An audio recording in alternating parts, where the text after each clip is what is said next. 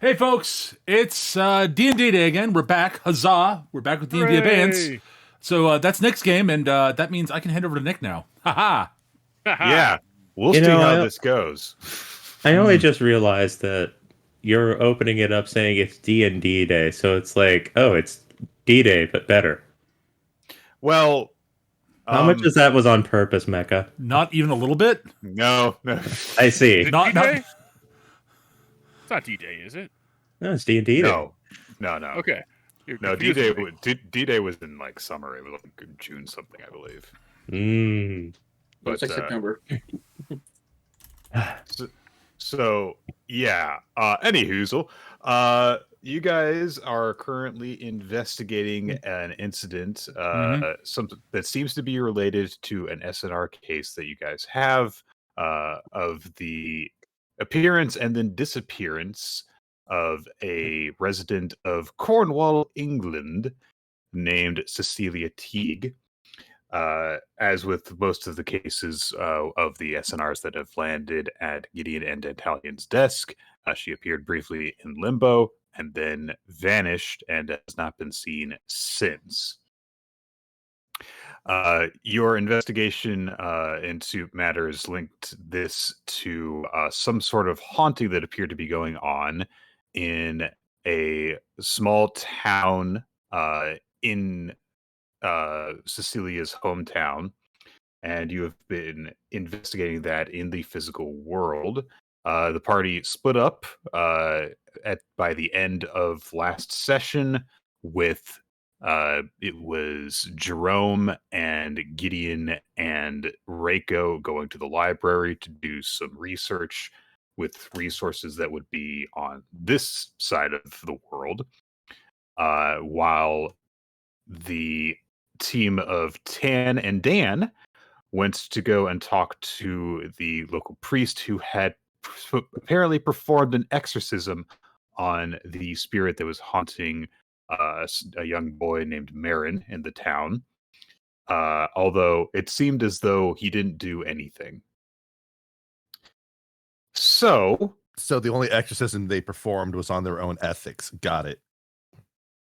Well, maybe, I don't know. But if you don't actually believe that ghosts are real and you only pretend to, well, no, he was actually pretending he had, and that he'd actually, yeah, you're right. Yeah, it was you're an right. act of comfort for a damaged child. That's yeah. Well, That's listen, okay. okay. It's He not was, fair to however, call. he was, however, taking credit for something he didn't believe he'd actually. Now, Dad. There's no reason to call the priest a child. Okay, just because- Hey. Oh, what a good deed he did, coddling his own ego. That was where we left off last time, was just at that point with stuff that you had discovered. The research team found out some stuff about what had been reported about the haunting in local papers, and also more tabloidy kind of papers. There were some strange words that had been spoken apparently by the demonic entity towards the child. You also, while you were at it, looked up some stuff about Cecilia and found out that she is a well-regarded artist. And that's about it. I believe that's all the details that we covered last time. We also did discover the fact that Denzel Trelawney, the father of the Yes. child who was Right. troubled, is a whatever a CPA is in Europe, and Right. so his disappearance is only starting to become a little bit of a oddity because he's usually out for a while anyways. Yes. So he has been missing for some time, but it hasn't gained as much attention as it would have if not for the fact that he He's out seems all to the be away time. from home quite a bit. Yes. Yeah. All right. What do you guys want to do now? You had to go and ask me that question. Okay. And I could just tell you what you're going to do. I'm not sure if you'll be happy with what I tell you, though. Dan and 10, you're saying that Dan and 10 are going to start renting a flat and become a sitcom couple? Because I don't know. That does sound pretty good, actually. I don't know. I can't imagine any British sitcoms about two guys with different personalities sharing a flat. Okay, that doesn't sound. That sounds ridiculous. I don't see how that could sell at all. I don't know. No, I mean, like, that sounds like, what if there's like a soap opera with low stakes and no drama called EastEnders or something like that, What if one used a vampire, one used a werewolf, and we threw a ghost into the mix? Oh yeah. Anyways, so I think the main thing we kind of It's on the ghost. I think the main thing that we figured out, like on the back end of that, was just like, okay, I guess the question is, were we planning on going to actually try to find, more information at the site where the exorcism took place, maybe, or was that? No, there were, I believe, two different things that were being thrown around last time. One was to do that, and one was to go poking around Cecilia's home and see if you could find anything there. Mm-hmm. That is up to you guys. All right. Well, if it's up to us, then it's up to Dan. So go ahead, Dan. Yeah. Figure it out. I should say I don't know if that was something that you guys had talked about, or which party was saying what. But those are the two different. I have not been even remotely active on Discord for the past week, so. This has nothing to do with Discord. This is just what you guys were discussing last session. Yeah. Okay. I don't know if you guys have been planning anything on Discord. Not that I'm aware I of. don't think you have. Yeah. We could. Cecilia's place does seem like the next logical place to go. Mm-hmm. Cecilia's place does seem like the most logical place to go, but there's also the off chance that while we're there, because if we're there at night, something could happen with the young boy. Yeah, what time of day is it right now? Yeah. Too early o'clock. It's actually pretty early, yes.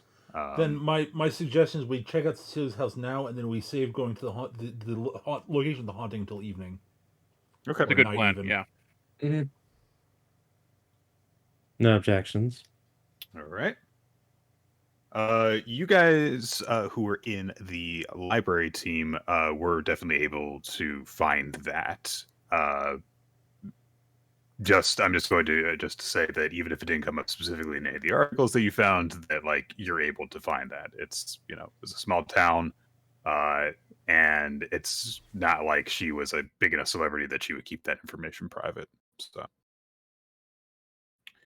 okay. So do you guys like we can assume either that like you meet up there, meet up somewhere else, and then go all there, or do you want to keep the party split? Did we set up a meeting point after we each done our things? I don't think we believe that did. I don't think we did. It may just come to just to have to go shock each other now. I mean, all right, here's what we're gonna do. One of you from each of the two groups roll an investigation check for me. The library team can roll with advantage.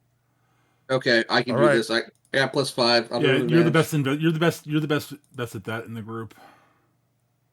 Well, all right then. All right, the library team arrives at the destination first. That's how we're doing it. So, Yep, they do. Cecilia's home is kind of on, not isolated per se, but it's not like a line of houses that you would see in the suburbs. You have to go maybe like a quarter of a mile before you reach like the next home over. It's just up on this kind of like this gradual hill, and it's one of those kinds of places that like, oh, this would be a nice, comfortable little place to live if you could afford it. Clearly, she can afford it. There is there is a car out front, and you can see as you approach it that there are kind of some things that are like shoved in the back, stuff to like put up like a display outside, or just kind of standard artsy kind of supplies. One of those things where it's like the reason that she would have a car is because she needs to take this stuff with her. You don't want to be taking public transportation if you've got a bunch of different paintings with you or easels or any of that like. So, other than that, it's a pretty unassuming looking place from the outside. It looks somewhat overgrown, but it's not like this place would have been a well-kept place anyway, because it's not in the suburbs, and so there's no one coming around saying like, "Oh, your hedges aren't the proper dimensions" or anything like that. Right.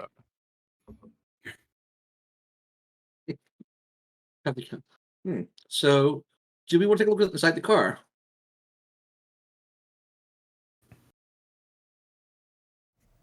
Mm-hmm.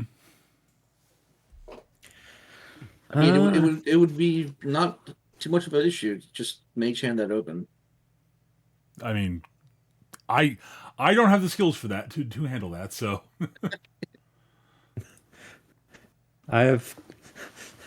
funnily enough, I've got 2 decks. Rico might actually be able to pick the lock, maybe. I have a +3 for sleight of hand because I have half proficiency as a bard. well, there you So, I mean, just saying it's not Mage Rico's hand first and choice. teleport, so Mage hand and Misty Step, so well, like listen, okay, you propose good ideas, if you want, or we could do the classic maneuver of spending an hour rolling checks to pick a lock and failing. I could also just Chaos Bolt the window. I mean, that's You could do that. You could also just throw a brick at the window, but Yeah, I was about to say, like, there are rocks. All right, let me look up how many hit points a car has. Oh dear Lord, no. Let's try this the easy way. So Jerome takes a look at the car. The gazebo attacks you. He's like, Damn, oh, I don't have an actual fire spells. He's like, okay, I got this, and he manifests his mage hand inside of the car and just opens up the doors, and you pull up you pull up the inside latch through the window. Sure. The inside latch, and he pops the trunk and all that stuff. Okay.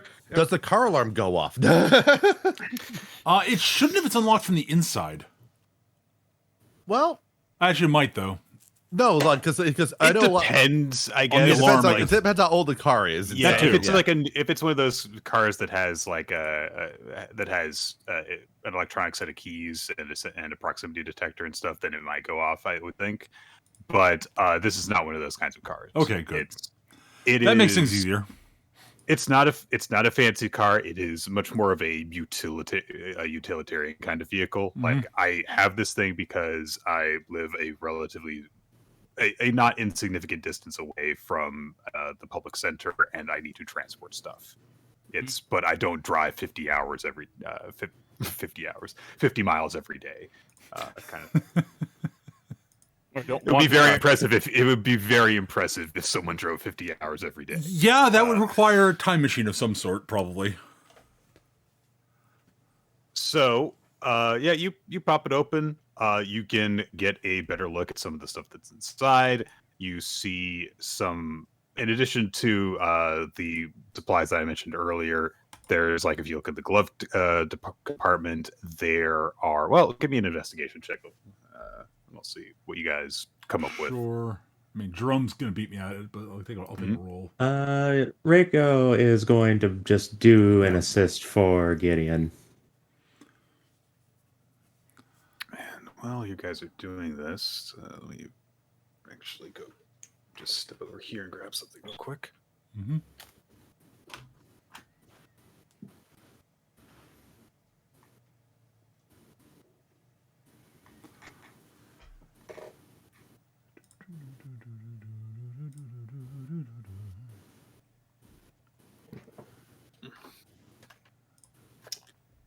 All right. Welcome back. Yep. So, okay, yeah, you got it. Yeah, Jerome, with your 22, you also like pop open the glove compartment, and you find that there are some like old brochures for different like tours and what's the term, like galleries that she has had set up, Cecilia's had set up in the past. Just one of those kinds of things that it's like, I don't need this anymore. Stuff it in the glove Right. compartment and forget about it for years. Right. Let me see if this. No, that wouldn't be okay. There are no. You find like all types of bits of odds and ends in this vehicle. There's a whole bunch of kind of. It doesn't seem like it's been cleaned for a while, but nothing in here seems like irreplaceable. It's all just kind of supplies and stuff. Anything like important that goes into this vehicle seemingly gets taken back out. When you pop open the trunk, for example, you actually find that it's actually pretty roomy. There's a few, you see the typical kind of like emergency car maintenance things that are in here, like jumper cables and the like. But beyond that, it's basically empty, except for like a few scraps. Like there's a couple of like brushes that are kind of stuffed in the corners of the trunk, or the boot, as they say over here. But there, for example, are no like paintings or anything. It looks like this is if she could if she could comfortably fit something in here, that she puts it in here and then immediately takes it out. Mm-hmm. Well, the car's here, and there's no obvious blood in the trunk, so nobody used this thing to move her body. If she was murdered here or something. Yeah. So that's good. You rolled a pretty high investigation, so I don't think that any of you could determine how long it's been since this car has run from a mechanical perspective. But in terms of the basic knowledge that would be at like Jerome, Dentalian, Tanninar's, and even Reiko's display, when you opened up the doors, there was no sound. The lights didn't come on the inside. Battery's dead. Yeah. Gideon wouldn't know that, but yes. That Reiko would, so she'll point it out. Yeah. That probably helps with the car alarm as well. Yes. Yeah. If there was a car alarm, yes. Yes. And Jerome, you're able to determine that like this car has not moved from some time based on the fact that like you can see like some clear pathways in the ground where like tires have run over this over and over again, but it seems as though stuff has kind of grown up a bit in the pathway of the vehicle just because of the amount of time it has been since it has been moved. How long ago was this SNR? Not that long, honestly. It was about 40 days ago. Yeah. 40 days ago. Yeah, Jerome was just kind of like running the numbers in his head. So like, okay, so she was probably here sometime before that, based on the amount of growth we have here. And if the battery is dead, then I mean, a car battery doesn't actually last that long if you don't run the car. Yep. Mm. lasts more than a month though. No, it doesn't. Not all the time. No. If you just let it sit there, it'll run itself out pretty quick. Also, the older the like I've Also depends how old the battery is too. when and I were in a situation where I had a car battery that was in such a bad spot, it went from fully charged to dead in less than 12 hours. Yeah. That's Yep. crazy. That's Because- pretty, yeah. Because That almost isolated us, yeah. almost isolated us somewhere. Yes. No, so running the motor charges the battery Yep. to some degree. So if you Like I've seen it happen all the time, where like if you leave a car in a garage for a couple of weeks, then it can kill the battery. That's also why when you do that, you want to disconnect the terminals just to eliminate a drain source. There. Yep. So if the battery's hooked up and the car's been like sitting without running for a few weeks, the battery's more likely weak or dead. Yep. That it's made me think about the car alarm bit earlier. It's like, imagine if you had where you just use the spell knock to unlock a car. That instead of making a loud unlatching sound, it just makes the car alarm go off. I mean, there you go. That'd be pretty good. Well, because it's supposed to make a loud noise, so there you go. So we have a couple things we take from this. Either this car has been dead, recently because it just hasn't been run, or it could have been dead before she went missing. It's possible. Possibly.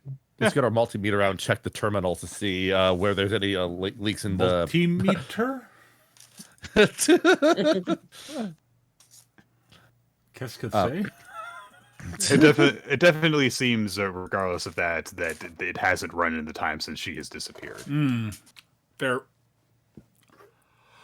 Is there anything else of interest in the car? Not that you're able to find. Right. Gideon will nod solemnly at the news of the cars that has sat there for quite some time. Pause, turn, and start walking towards the house. Have you ever reaped a car considering it's dead? No, they do. They are not living beings. Jerome's like, you'd be surprised how often they are on a mission from God, though. The car falls apart as you guys walk away from it. All right. Interesting. excellent. Do Anywho, we want to head for the entrances, or do we want to look around the grounds first? well, Gideon's headed to the house. You guys can do what you want. Reiko will follow Gideon. No, All right, Jerome's gonna head out back. that's fair. Okay. So when I get to the front door, the first thing I'm gonna try is to see if the door's locked. Let's see here. It is locked. It is locked. Okay. Gideon will stop, ponder the door for a second. All right, I'm going to look around sort of the area around the front door and see if there's anything you can conveniently hide keys under. He's seen this somewhere before. Actually, let me think about this for a second. Okay.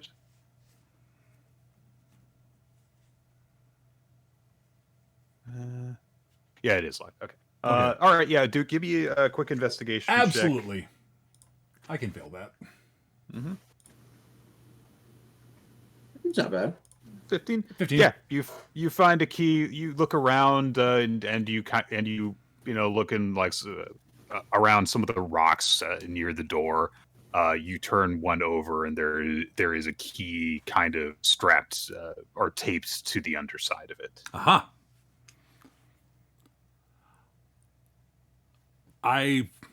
Interesting. Yep. Walk up to the door. I'll see if the key works in the door now. No. The key is for something completely different. Right, yeah, totally. I did an escape room recently. Yeah. Remember, it was like,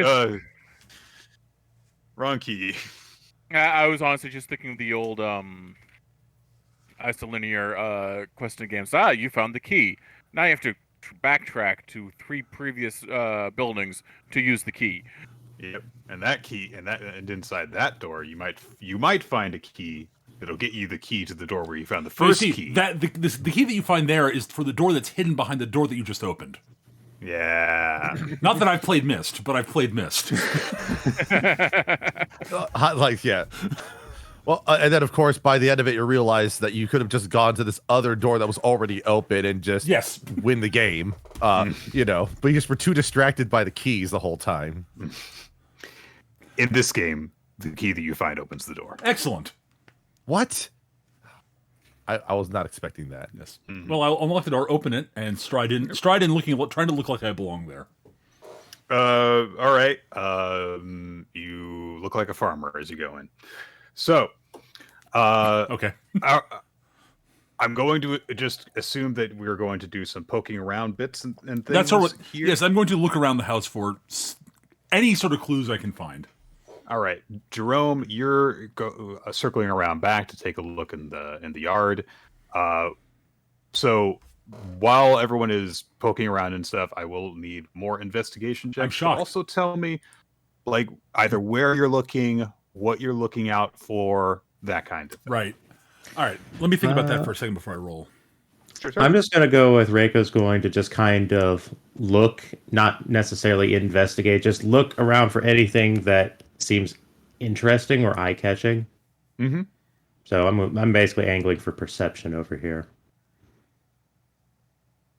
While they're doing that and Jerome's circling around back, he's in particular looking for the obvious being like, oh, the unfortunate missing person, which probably isn't going to be the case, but also anything that seems like just kind of out of place, like something like maybe she was in the middle of doing something and left it where it was at, or just something that's obviously irregular in a backyard. All right. Is my suggestion acceptable? Yes, it is. If you want to just kind of like be looking around, seeing what you notice. Oh, well, That's good. I'm much better at perception than I am in investigation. That is fair. All right, Nick. I'm looking for two things. Things that might give me clues as to whom Cecilia was as a person. Okay. But also any signs of that might be indications of, what might have happened to her if she disappeared from in the house. Because her car's has not gone anywhere. Ergo, either she walked to wherever she disappeared to, or she disappeared from somewhere around here. At least that's my current theory. So that's what I'm going for. Okay. And where's my investigation? There's the investigation button. Ba-boom. That is a terrible roll. I'm going to use my once per session reroll. Okay. That is much better. That's a nat 20. That's a nat 20. Yeah. Good use there. I would say it's a we'll decent usage of that. Yes. All right. Noted. Dan and Tan, what are you guys up to? So we recently discovered that someone's broken into our house. These are clearly people that need to be dealt with.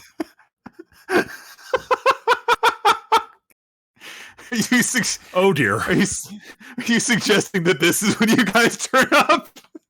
Yes. Okay, let's roll with that. Allow me to say something in character to kind of play with what Eric has proposed. Okay. Just like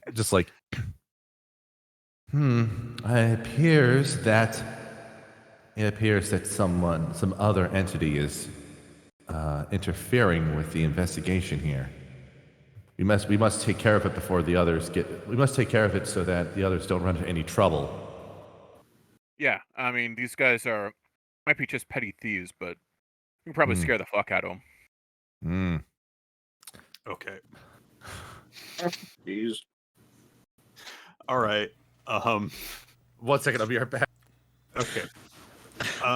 Can I say that with my perception, I see them through the window? I think that's fair because you're like this is kind of a case where All right, Reiko will tell no one else anything, but she knows this is coming. Well, Gideon is very much wrapped up in his investigations, so Reiko takes out her phone to record the whole thing. A phone I don't have. I know. All right.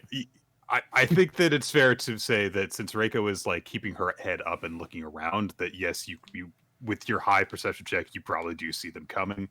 You're up to not to say anything. Well, it's like they're just over there and they're just walking in. Like, I don't have any reason to be like, oh, there's a problem or anything. All right, Dan and Tan make perception checks. Mm-hmm. We're going to do that. Okay.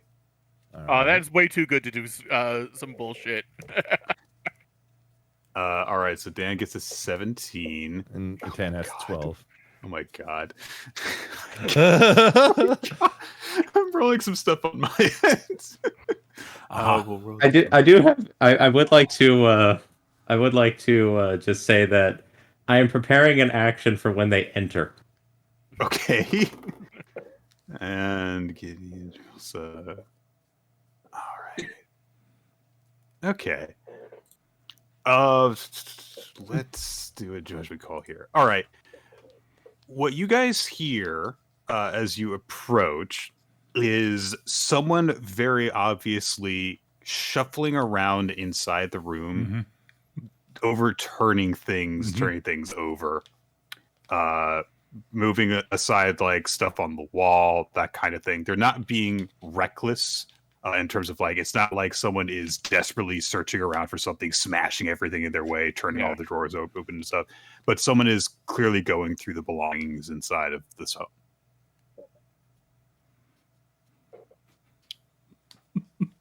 Okay. With your perception check, Dentalian, you can also see that there is a pathway on the ground that seems to be, in addition to leading to the front door, which is hanging open, there's also a set of tracks that is leading around the back of the home. Okay. Turn myself invisible. Oh, jeez. Here comes the Oh bullshit. no, he's leaving Tan hanging out. Like, you're on your own, Tan. See ya. Then where you go? All right, Reiko I'll is take care of the watching guys this. inside. You take care of the guys that went around back, okay? Okay. Reiko just saw him disappear, so now she knows like something's up and she's committing really hard to her course of action. Oh, no. Around back? Yeah. Okay. All right. I'm less likely to get ambushed if I'm invisible. So that's my reasoning. It's a lot easier to ambush someone in a house than it is outside. Also true. So wait. I'm trying to think. So I would like to establish this real quick. So Reiko sees D'Italian go invisible, Right. and is now going like, "Oh, I think I see what's up. This is gonna be good." Oh no. So since she can't see him, she instead basically makes an estimate based on about how quickly he was. I'm not going to say walking because I'm not certain he walks, motivating towards the door, and is just going to basically like count on her estimation of when she's going to do this, on about the point that she thinks that he'll head through the threshold. All right. And so you're saying that at the time that he comes through the door, you want to do something. Yes. All right. Both of you roll for initiative. All right. 13 from Dentalian. 6 from Reiko. Okay. Right by her. I counted poorly. So Dentalian, you head through the threshold of the door. Right. Give me one more perception check as you go through. Reiko, roll a stealth check. Oh, that thing I'm not good at. You have disadvantage on stealth rolls, yes. Oh my god. Well, 16 and 17, so they're for the 16. Nice. I like how Dan is just this is play out perfectly for Dan in this case here. Yes. All right. I just want to point out that this is the Christmas episode because this is turning into like Home Alone. Italian, you head through the threshold, and you have just enough time to take a look around and get your bearings of the room before this happens. The sound of a series of party horns fills the house. Get out of the doorway and stand stock still against the wall. Hi, Dan! Jerom's just in the background. What the fuck? So, I dropped the invisibility. Seriously? Who leaves the fucking door open, guys? We thought someone was trying to rob the place. Gideon left the door open, didn't he? Sorry. Yep. Italian, that's you. You're here. Oh, did someone completely ignore the ambush that just happened? Yes.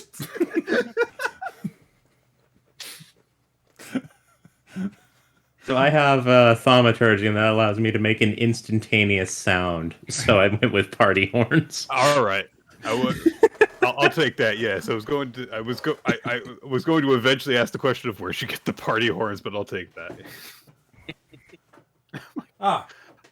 See, I was going to use it like Mage Hand and whispering to just make the place seem really haunted to scare people off. And minor illusions. Okay. There is apparently some noise happening inside the house for those of you who are outside of it too. Yeah, at this point, Jerome, who was about to look around the backyard, like, just turns around. He's like, "Oh shit, something's going around." And he starts walking towards the front door. He's probably gonna walk right into Tam.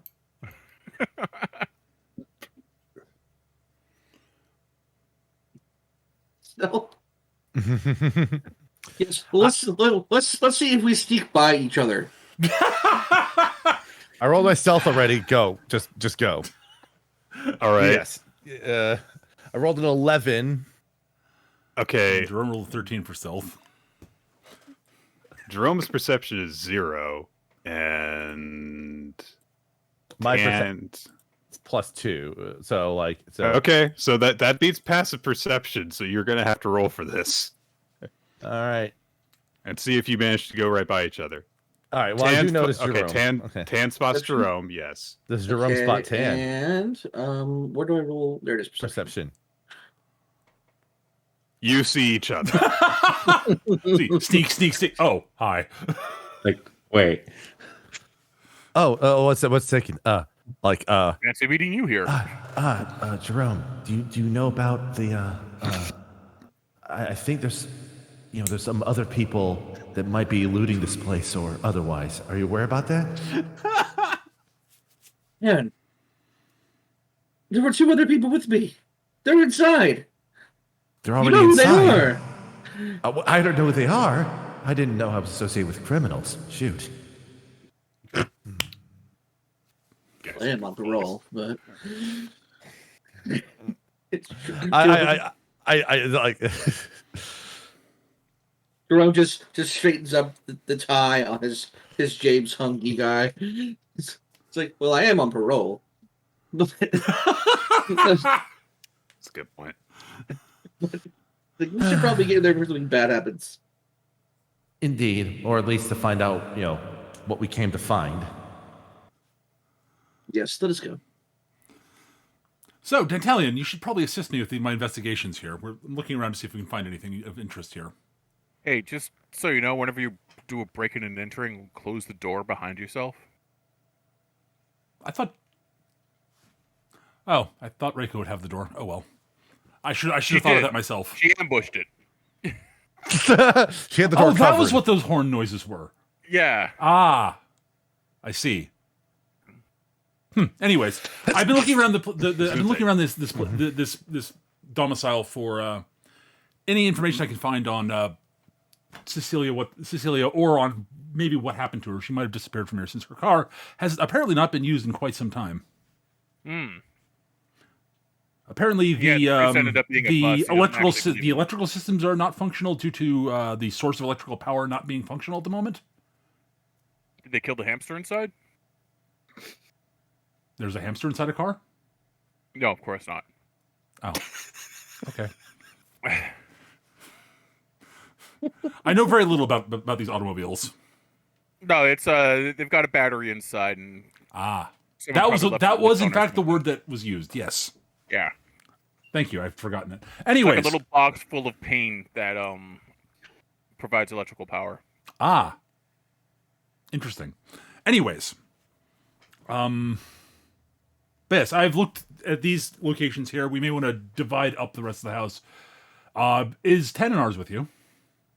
Yeah. Sent him around back because he figured whoever's looting the place sent someone around back. I'm guessing you sent Jerome out back. Jerome decided to go out back. Yes, Gotcha. I found a key for the front door underneath a rock, so I decided to enter.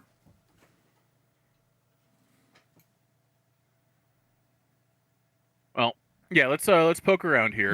Indeed. We Tan and I talked with the priest. He turned out to be bust. Doesn't actually believe anything the mumbo jumbo he was spitting out. Well, or at very least, he didn't believe that the haunting actually haunting in particular didn't happened. But it's entirely possible he's also a non-believer. I'm pretty sure he doesn't believe in ghosts at all. Ah, understandable. So at this point, shall we say Tan and Jerome are coming in? Oh, well. It's up to you guys. Yeah. I would say. Mm-hmm. So they come. So we come in. It's like, what the hell have party horns? Reiko will repeat the trick. Oh, good show. You are learning. Yep. So, He just looks at everybody if else. I may ask, Reiko, what was the purpose behind the party horns? I believe that's what they're To called. announce Dan's arrival. Ah. I saw him turn invisible and thought, ooh, he's being sneaky. I'm going to say hi. I was gonna make the place look haunted so that you guys. And you thought someone had there was breaking enter. I Yeah, I thought there was a understand. break-in. Yes. Figure if the place is haunted, they're less likely to wreck the place on the way out. Interesting. Anyways, I should get back to investigation. Yeah. Reiko will go back to actually using her perception for the right reasons, but it's going to take satisfaction in completely one-upping Dan on this one. Hey, maybe we should close the door. Or this wouldn't have been a problem. Seriously, from the street, looks like someone broke in. Close the door. Fine. She'll close the door. More horns go off. That is not helpful. I have a feeling that depending on how many people are around, that might draw attention here that is unwanted, but... All right, So let's any- look around. Yes. So Um, I have an idea, but I'll hear everybody else's ideas there. I figured I'd help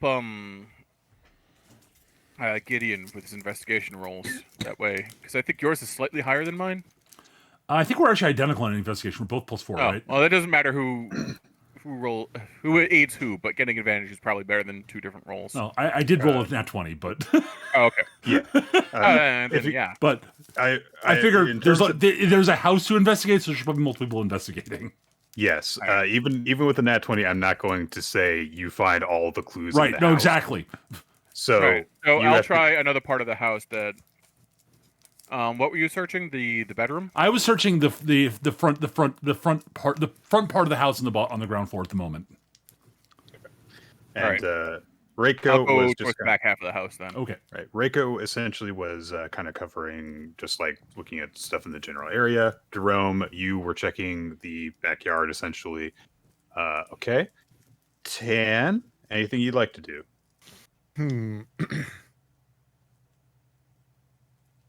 And So, go ahead. So we're investigating the house of the person that has been missing, right? Effectively. You're investigating the house of the SNR. Yes. Yes. So I would Tan's first move is always going to be to try to research things to do an appropriate like final story sort of delivery for someone. Sure. So that's what Tan is going to be shuffling and searching through, whether it's in a private quarters or office or whatever else. That might be like a something in that sort of territory. Okay. So, well, yeah, go ahead.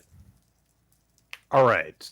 So, just make sure that everyone's happy with what you're currently doing, and this is Jerome is checking the back outside.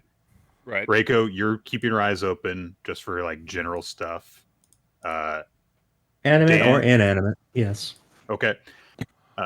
Dandalion and Gideon, you are investigating like the front and back ends of the house essentially. Yep. And Tan, you are specifically looking for some stuff that tells like a personal story about Cecilia. Correct. Yes. All right, I've already Okay, got so- rolls from the first 3 people who came in. So if I can get one from Tanninars and one from Dentalion. I actually didn't roll. You didn't? I didn't roll because must have. I was waiting for you to resolve the things with Oh yes, them Jerome, first. you roll as well. I will. Alright. I'll do the once per session reroll. Okay. That's a 14. Got it. All right. 22. So now here's what actually now that Jerome is inside, he's not gonna like walk out the front door and go around back. He's gonna go through the house to the back door, go out back. While he's doing that, does he happen to go through the kitchen? Sure. While he's in the kitchen, Jerome has an idea, and he goes and he looks in the fridge. Oh. You have regrets about this? It's not like it looks, there are definitely some parts of it that look pretty bad. Like, it's not as if it is, decades old, green and stuff everywhere, but there are some vegetables in there that are clearly well past their consume by date. I mean, it's for us. This is a home that is lived by a single person. So there's not a huge amount of food in there. But Does it look like she would have just completed her shopping, or that she needs to go shopping?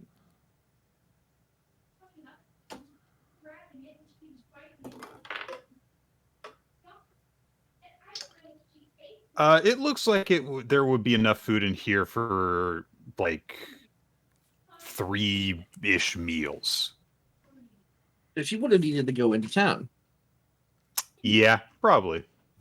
So that this is helping Jerome kind of set a time frame for when things happened. He's like, okay, her car is dead, but she obviously would have needed to go into town. That would suggest that the car was probably working or stopped working shortly around the time she disappeared. I'm going to point out that I will often wait till I'm completely out of food before I go food shopping, and occasionally go food shopping when my fridge is full. There is no logic to this. But she's like all the way out in the country. I don't think she'd like order a pizza. She would have to actually go out and get something.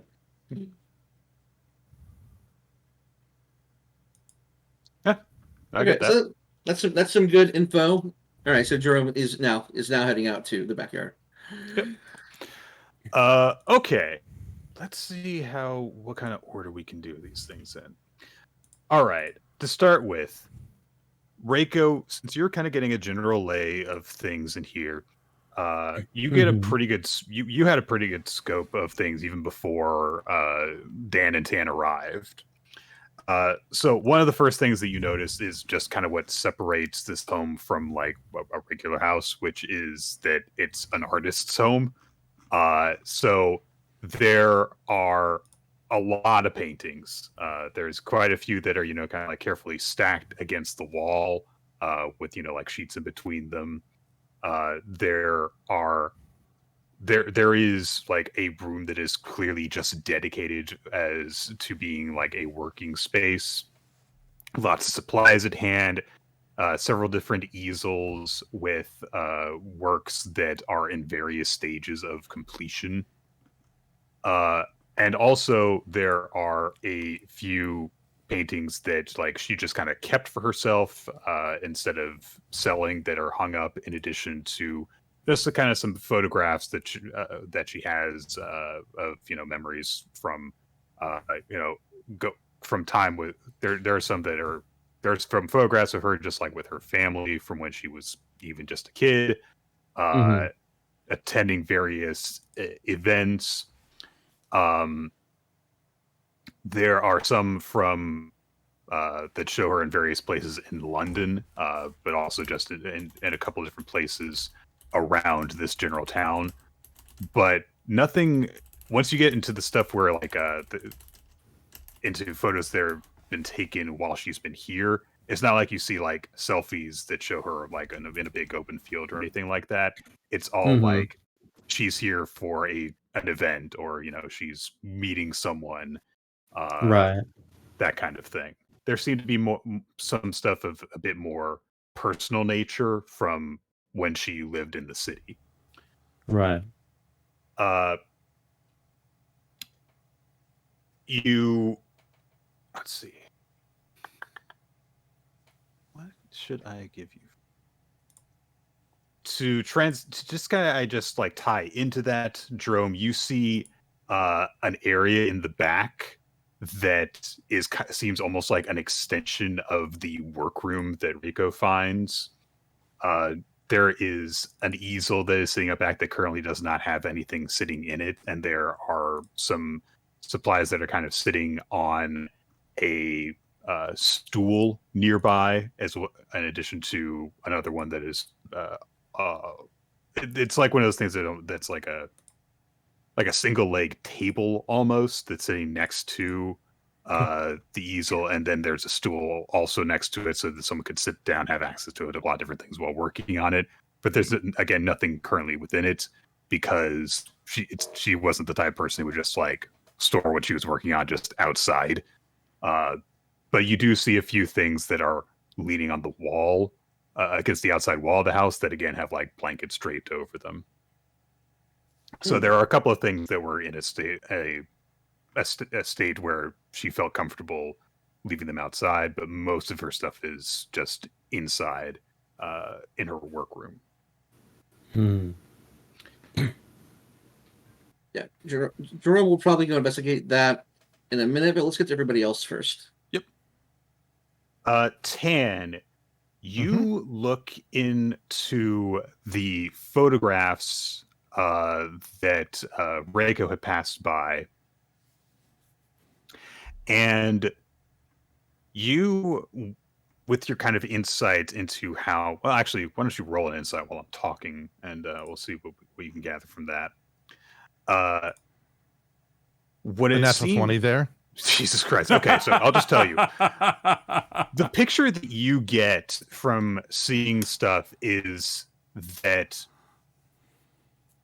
there is something seemingly happened at a point in Cecilia's life, like at the time that she moved out to the countryside, that caused her to be a bit more private and less outgoing.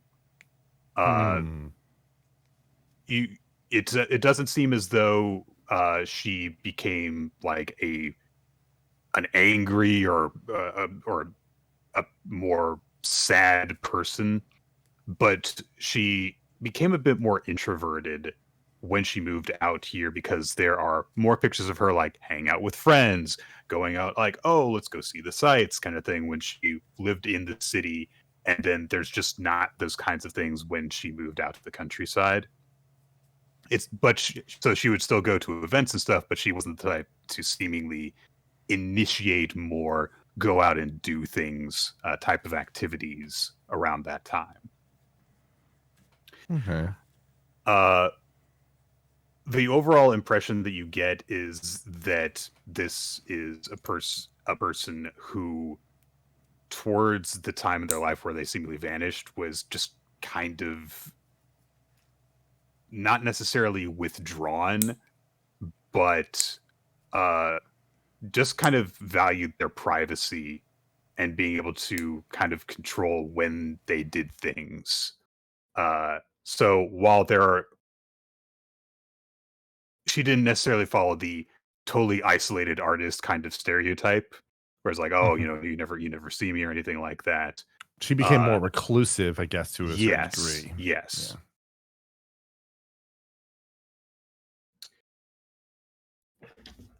Yeah. Let's see. Gideon, since you are investigating the front of the house, one of the first things that you see is the mail that she had been getting. Just kind of shoved in the slot through the door. And that just piled up a fair bit. It has piled up a fair bit. You do see, based on the post dates that are kind of stamped, that they did stop delivering her mail a week or two ago. because eventually they had gotten the word that like, okay, no one here is picking up the mail, Right. because people had noticed that she wasn't that she hadn't been around. Right. So it's probably being sent somewhere else. Right. With your natural 20 investigation, I'm going to tell you some of the stuff that is in the mail pile. Okay. So there are a number of correspondences from there is some stuff that is kind of clearly junk mail. Right. Various forms of junk mail, like not just like subscribe to this kind of thing, but like her old university was hitting her up for like, would you like to make an appearance? Would you like to make a donation? Yeah. I remember you're an alumnus and we would love for you, blah, blah, blah, that kind of thing. And of course there are things like, like renew your subscription to this kind of thing. Right. She was seemingly a member of a couple of different alliances. Okay. For like, creative groups, and she's got some invitations to a few events in here. Right. There are also more basic kind of like just things that people generally get. Like, oh, there's like, offering for a new card, renew your subscription to this service, to this cell phone thing. Right. There is a notice of a renewal for like a prescription that she has for something that she takes regularly that's called chlorthalidone. There is and then there are some invitations that are from like the local town center asking her to make appearances on stuff. You only see like one or two things that look like personal letters, which in this day and age isn't obviously that unusual, because a lot of the ways that people keep in touch with each other now is electronic. Right. And these seem to be like notes from like people in the neighborhood that are just, sending her like little, essentially greeting cards. Right. To just kind of like check in on her and stuff. Okay. So that's what you see from her mail. Right. From looking around the room, you can see telltale traces that like, okay, someone hasn't been in here in a while. Obviously, like, a month and a half. If someone's missing, it's not like the place goes to complete and total ruin. No, it'd be dusty. That's about it, really. It's dusty. That's about it. And of course, like Jerome had seen in the refrigerator that there was, obviously some food that had gone bad in it. Right. You don't have you do see like a calendar as well on the wall. So you look around the time frame that she disappeared, and you don't see like anything that particularly stands out. Right. It's not like she had some sort of event that I'm going to be out of town for, that she would have been like attacked during or disappeared during or anything like that. So you get the impression, based on looking at that either she disappeared while she was just at home. Right. She disappeared while she was doing something that was regular enough that she didn't feel the need to make a note of it on her calendar. Yep. Or it was something that, she disappeared during that she specifically didn't want to make a note of. Right. Interesting. All right. Dantalion. So you're checking around, the less atrium-y parts of the house. Right. So you kind of like, scuffle around in like the bathroom and the bedroom and stuff. It seems as though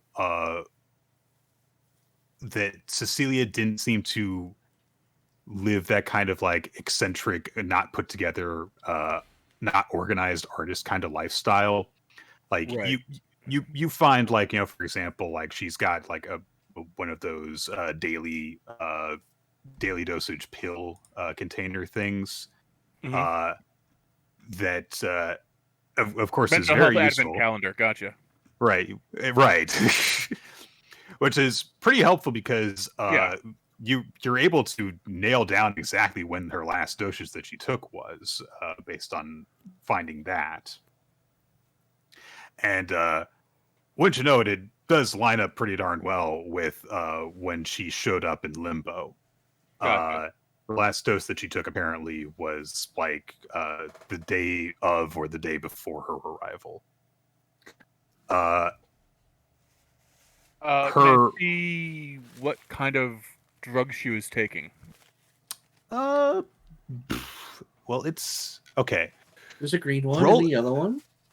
Yeah, exactly. Roll an investigation and roll a medicine check for me.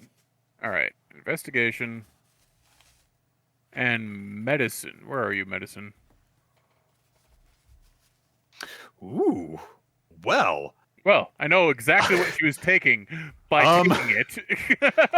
So I gave you 2 hours to say like, oh sure, you find the pill bottle in the medicine cabinet, but you didn't roll very well for that. But you look at the pills and you're like, I recognize this. I remember doing these back in the day. Oh God, I like to party.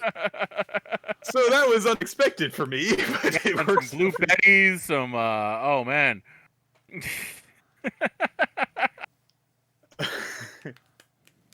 Lady like biggest- party. These are the biggest loons I've ever seen. So you find a couple of different doses of medicine. One of them is just like a sleep aid type of thing, something that's along the lines of like melatonin, which when you think about it makes sense for a lot of creative types who don't tend to have the same 9-to-5 kind of schedule, that it can be helpful to have something to aid in that. That or booze. Speaking from experience. By the way, you guys don't find drugs of that recreational type anywhere. Like, right. They're like, there's not even like a little bit of pot or anything like that. You find like Jerome, when you looked in the kitchen, you found like, okay, there's a little bit of like wine put away somewhere, but it wasn't like she keeps a bunch of it doesn't look like she kept a bunch of beers in the fridge or anything like that. What is the thing that I'm trying to think of? I've completely forgotten the term, and I should have written this down earlier. Give me just a second here.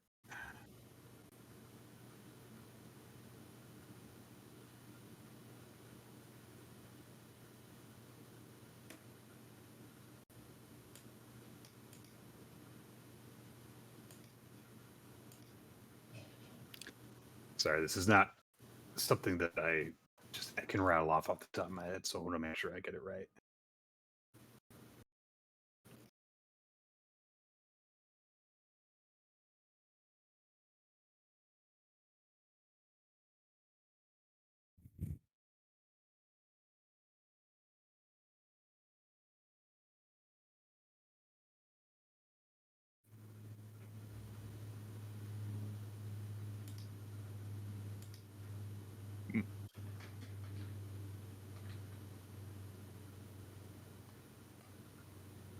Okay, here we go.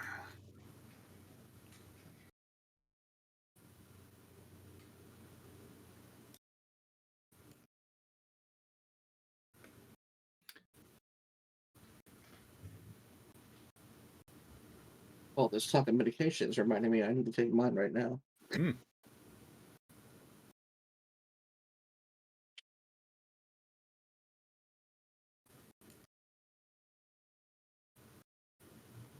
That's what it is. Okay. Yeah. So what you find in there, in addition to the sleep aid, is it looks like there's 3 pills per container. One of them is one of the other 2 rather is a probiotic. Okay. And the last one is the Chlorophyllodone. The chlorophyllodone, yes. I didn't take chemistry in college, okay? Hypertension meds. Chlorthalidone. Yeah. Oh, okay. High blood pressure meds. Yeah. I was curious recognize what my that mother up has when them. Nick mentioned I recognize which, my mother takes them. Which I will go ahead and say that with your medicine check, you are able to determine that. They're like, okay, one of these is probiotic, one of these is sleep aid, one of these is some sort of blood pressure medication. Okay. They're also printed very tiny, in very small letters on the pills. Yeah, you get out your little one of those like magnifying glasses that looks like a tiny telescope.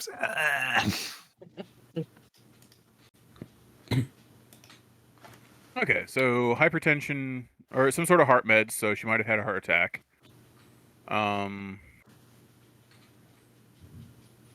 And sleep aid and probiotic, yeah, whatever. Pretty standard stuff. Okay. All right. So that's what you guys find on your initial round of investigatory stuff. I'm going to step away for a second while, if you guys want to think about what you want to do next. It'll be just a minute. Okay.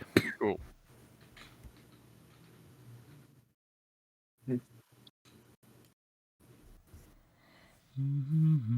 How very mundane this situation has been. She may have just disappeared. Yeah. I mean, yeah, it's possible that she just was off pottering around outside and just had a heart attack. Yeah. Jerome's just shooing away the buzzards. Shoo, shoo.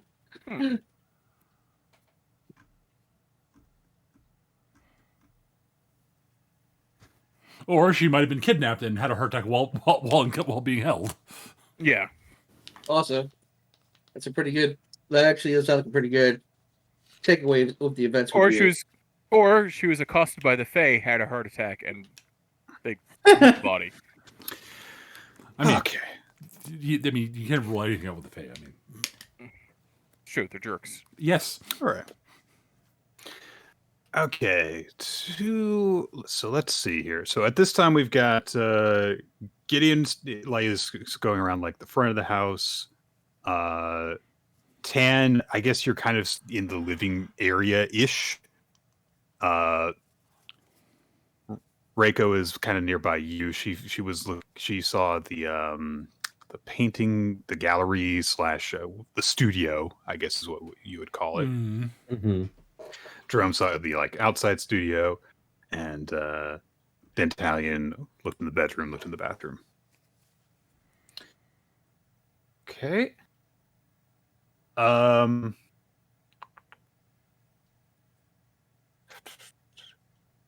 Tan. All right.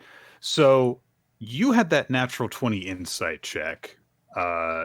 So based on what you're looking at, and you're trying to get an idea of this, can you also roll one more investigation check for me? So I'm going to basically rule that you're getting a really good vibe off of what Cecilia was like, but this is basically to see what you can find that can apply those insights to, if you get what I mean.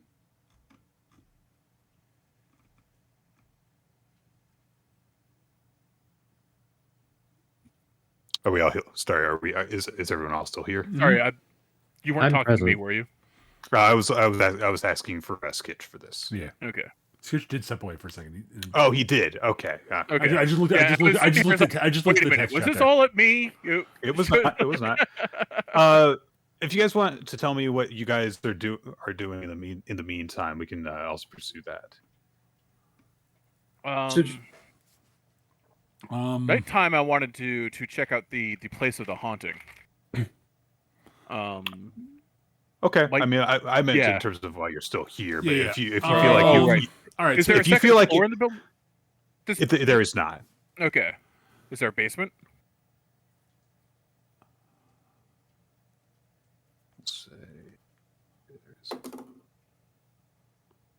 There is a basement, yes. All right, got to go look in the basement. Okay. Jerome is gonna go and investigate her little work area, and while he's over there, he's gonna go ahead and before he does his investigation, he's gonna do the ritual for detect magic. And he's gonna take a look around. Did I go through correctly? Yes, it did. Yes, you did. Okay. So he's basically out there spending 10 minutes doing his ritual stuff. Okay. I'm gonna roll something over here just in case. It's not so much that he believes that there's anything magical going on yet, but it's more like he wants to be sure that if something did happen while he was going through this stuff, he can kind of just, have some kind of inkling that something was going on. Okay. Well, I will say, Jerome, so as we've established, you have been to Cornwall before. So you know that in certain areas, especially in certain rural areas, that there is this kind of hint of like magic in the air in certain places. So that's just associated with like, people like kind of have like there are certain hauntings and legends that happen in these kinds of areas. So you do kind of pick that up, that sort of general magical ambiance that is in this region, but that's about the only thing that you're detecting with your spell. At least within the 30 feet of where he's at. So he's just getting background magical radiation, kind of. Yes, like if you had like taken like a microphone out here, it wouldn't have been completely silent, right? Because it would pick up little hints of the atmosphere. That is something. That is still some evidence that is interesting, because even a little bit of background magical things can lead to magical things happening. So sure, you can't rule it out now. It really could have been the fairies that kidnapped this person after. I mean, I'm gonna say we are in England, so I know plenty of fairies in general. What's a fae activity around here? All right, so do you want me to roll investigation for the actual like painting stuff over there? Sure, yeah. Yeah, let me find that.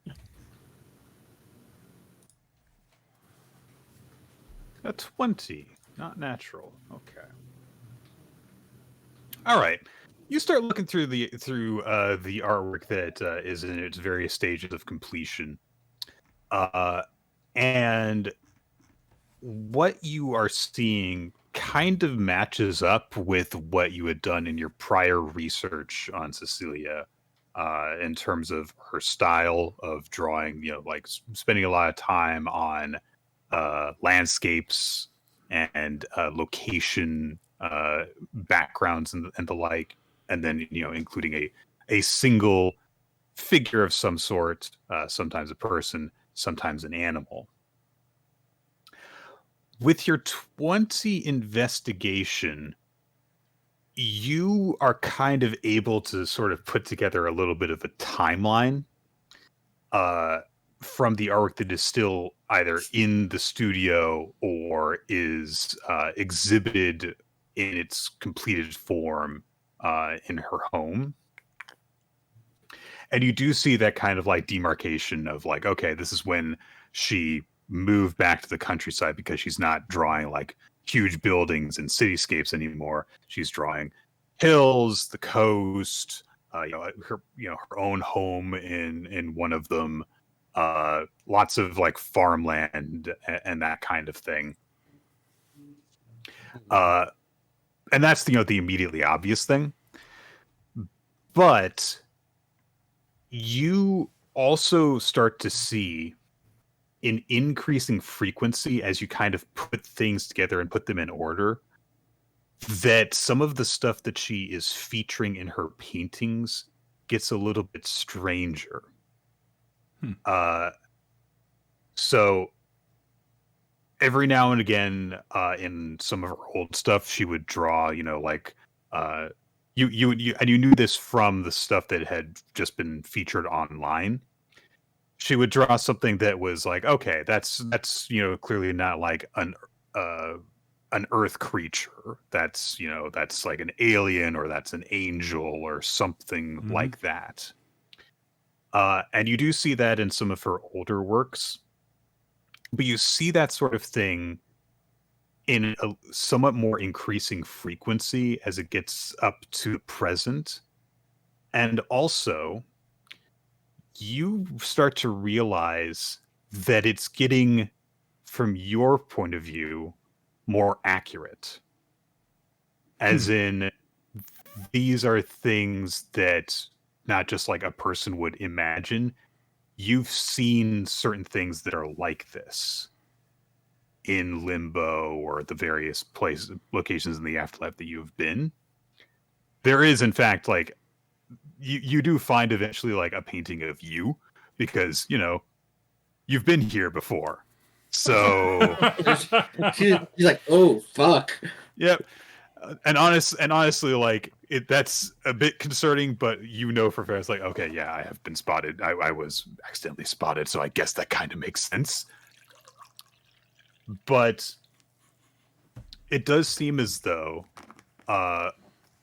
these start to be the fanciful creatures that are featured in Cecilia's works become less imagined and more observed as you get closer to the present. So, and this Jerome's looking at these paintings, and then he kind of takes a look over at Reiko, and he's like, did she have the sight? And now he's looking at it, he's like, did she always have the sight? Could be.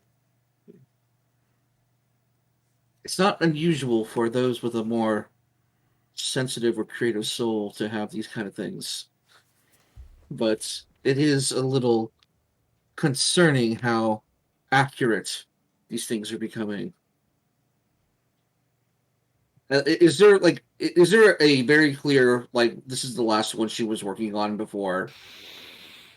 Well, I mean, the last one that she was working on isn't done. It's one of the things that would be up on one of the easels. Let's head over there. Take a look at that.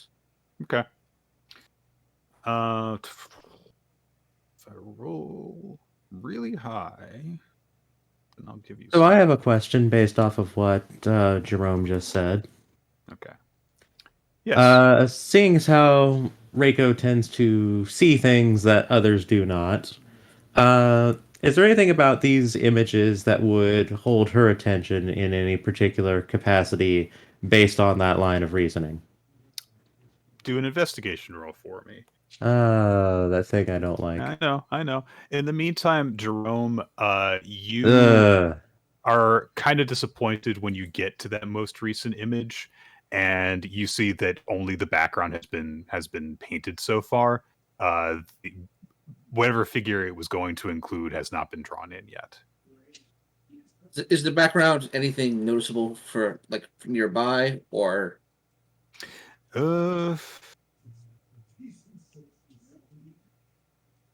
Just give me an intelligence check. I can do that. Because this is going to be a matter of like just recognizing it. Check. 22. I'm gonna roll tonight.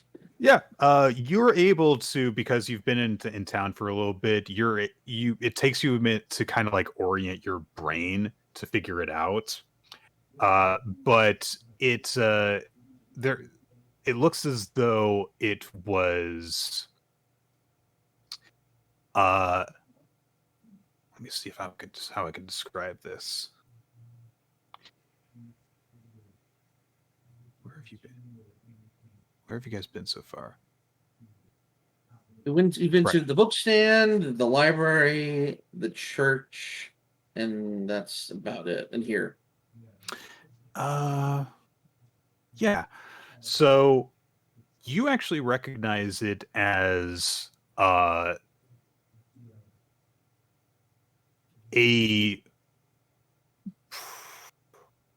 what's that? This actually looked like, as you look at it, it's not something. It's not actually a landscape shot.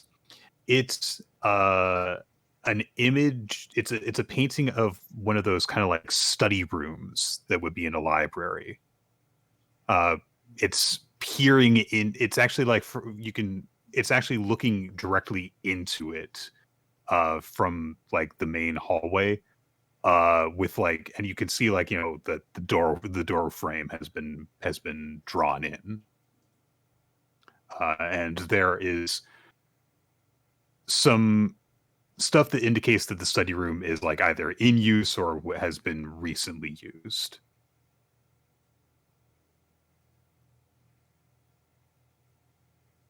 Reiko, unfortunately, with your three, you're looking through stuff and nothing that you find seems to strike a chord with you, I'm afraid. Mm-hmm. Yeah, getting that impression from that freaking 2 I rolled. Oh, I'm sorry. That's how it be sometimes. Mm-hmm. Don't worry, my dice will go bad at the most important moment. They always do.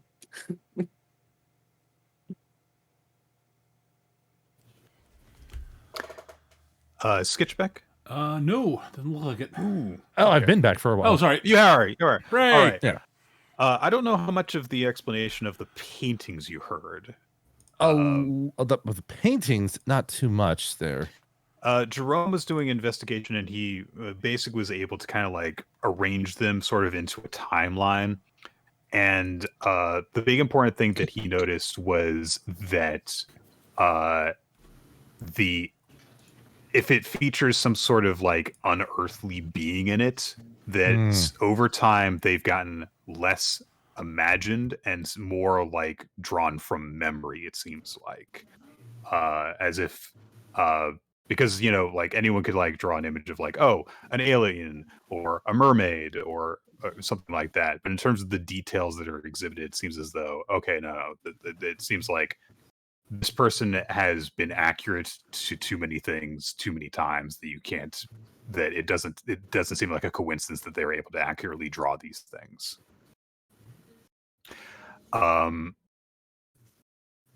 What you see because you're in the area while like Jerome and Reiko are looking through all this stuff, what the impression that you get while you're looking through this is that thing that you believe happened that caused Cecilia to become more reclusive, it is not reflected in her artwork, oddly enough. You know, you get that there's that kind of sense that, you know, an artist puts their emotions and what they're going through into their work, you know, because there's you know, famously like, oh, the blue period and red period, but other than the features of what is put in Cecilia's art, you don't really see a difference there. It seems like this was a very steady thing for her.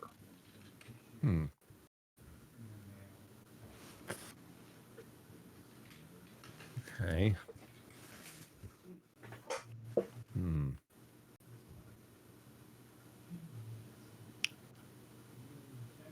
All right.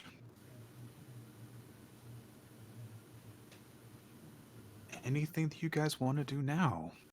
I was checking the basement. Yeah, give me an investigation check. Investigation. That's what I'm rolling. 10. It's dark. There are boxes. It's dark. It's you don't. It's dark. Seem There to are boxes. It's kind of creeping me out and leaving. Yeah. At least the stairs aren't out.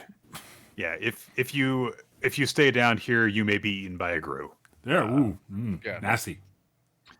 I am made of darkness. Why am I afraid of the dark? You're not afraid of the Grues, dark, man. Eric. You're afraid of the things in the dark. Yeah. Things like you. I am one of. Yes, exactly. That's true. I know exactly what I am, and I am something to be feared. Okay. Time to leave. Yeah. You, and also you don't. The one thing that I'll say that you notice is that there is no painting stuff stored down here. This seems to be more like what you would find in like anyone's just kind of storage area, Right. and that's basically it. Also, there's a laundry machine down here. Like that's exciting. That's where the washing stuff goes. Yeah. Ooh. All right, Nick. Yes. So, Gideon sort of has been pottering about, looking at stuff, and has seen no real sort of evidence or anything untoward having happened here in the house. Mm-hmm. All right. So, point the The first. only evidence that there is that someone has been through here that shouldn't be in here is the stuff that you guys have. Right, caused. exactly. So, point the first. She clearly has not driven anywhere recently. Mm-hmm. Point the second. Nothing untoward seems to have happened in the house. Mm-hmm. Point the third. She's not in the house. Like, there's no sign of a dead body here. Correct? Right. All right. This means that she has gone kerpoof somewhere. Either she walked somewhere into town and disappeared en route there, which is possible, or she disappeared out on her grounds, sort of out on her property somewhere. So Gideon's next theory is he's going to go out the back door and see if he can find like traces of maybe her like taking walks around her property and such. See if that leads it to anything. Does Gideon vocalize this deduction? No. No? No. Okay. Okay, I'm going to say then that Reiko is going to see Gideon leave and not say anything why he's leaving, because Reiko's good at spotting things. Oh, no. And will follow. Gideon's not being subtle about leaving. Oh, yeah, no. Gideon I'm doesn't just saying do Reiko's that. good at seeing things, so she wouldn't. So that wouldn't escape her notice as well. Yeah, I totally understand the pattern of behavior of I just go somewhere because I'm in thought and I don't tell anyone. Yes, what I'm doing, that is how Gideon operates generally. He's not used to telling people what he's doing. Yeah. All right. Reiko's kind of picked up on this, so she's like going to follow him. And then, like, after we get a little bit away, so what's the play, boss? Am I still in the basement? I think that You're in the basement. You're on the hook. The trapper lays a bear trap. Anyways, I think that you probably don't spend much time in the basement. But I mean, like, I'm not gonna force a split in the party if you want to like notice Gideon leaving. if you want, yeah, absolutely. If you want to notice me leaving, that's totally fine. I'm not trying to ditch people. I'm just sort of doing the. Jerome sees Gideon start heading out. And he looks at the paintings one last time, grabs the one that depicts him. Just tucks it under his arm. He goes out and he follows them. But yeah, basically, anyone who's in the general area where Gideon is, you'll notice that he's after sort of having stopped investigating, he'll stop, stand there, sort of very still, sort of very clearly contemplating something, nod, and then head out the back. When he gets outside, he'll start looking, sort of obviously looking around on the ground, looking for tracks and such. All right. Since this is a tracking thing, I believe this is actually going to be a survival roll. Okay, I'm not good at that, but that's fine. Of course not. We're already dead.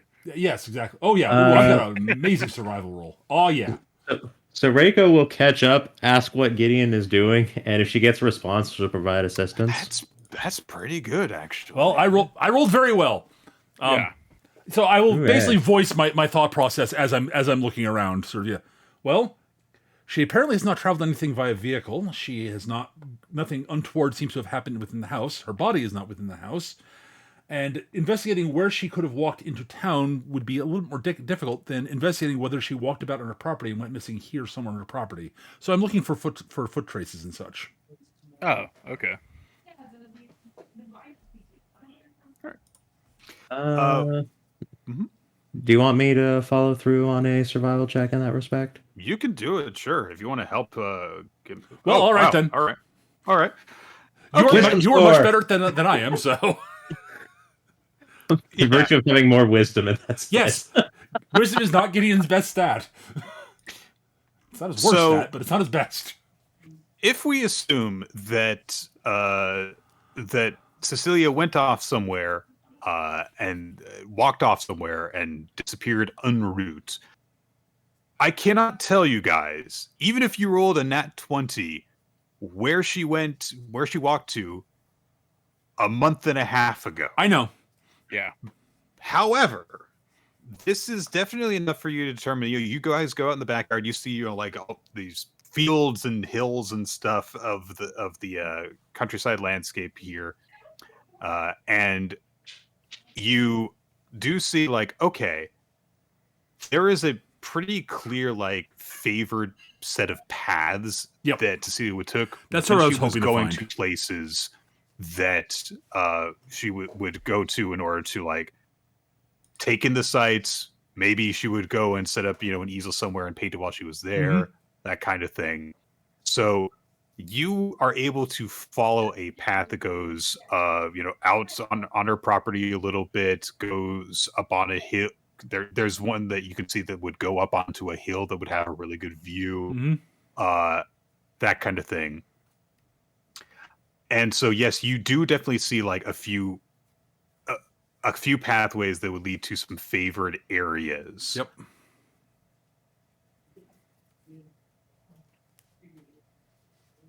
Okay. So anyone who wants to can roll an investigation check if you would like. I will do so, since that is one of the things Reaper Gideon is actually remotely competent at. I'm actually pretty Echo will assist. Roll again. St. Jerome? Ooh, Dan, nice roll. Yeah. Well, it's just over there at the thing that is clearly marked where Cecilia went to die. Tan is helping. He rolled below his stats. Nice. So that's right. Well done. Mecca, roll again. He got a hole in one. Sure. All right. So you guys are working with the 23 and a 22 and an 18 and a 4. So you guys set off down what seems to be a favored pathway for a little bit. And you're keeping your eyes open, looking around. You don't see like a super obvious, this is where the body fell, right, kind of thing. I'd assumed not, honestly, but certainly I was hoping for, but is assuming not. Yes. However, as you're just kind of keeping your eyes open where you're going down this path, something stands out to first to Dan and then to the rest of you. Okay. And you kind of like go off the path for a bit.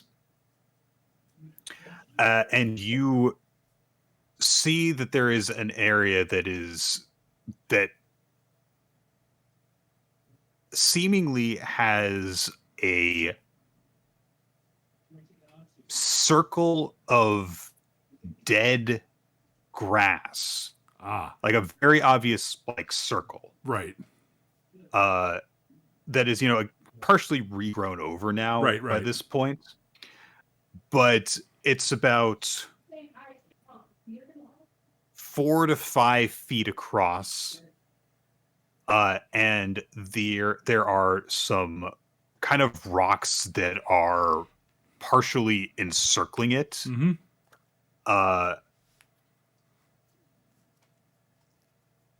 As you are looking in this area, it seems to you that someone like set up camp here at some point. Now you don't see like, there's like a piece of jewelry or anything like that has been left behind. But someone was here. Right.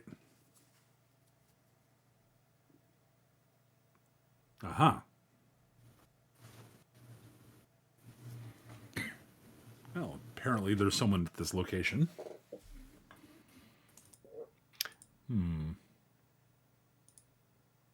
So while we're here and like we look around, is there any like noticeable places that they may have left from, or like from where we are, can we like see like the edge of the woods or a road or something?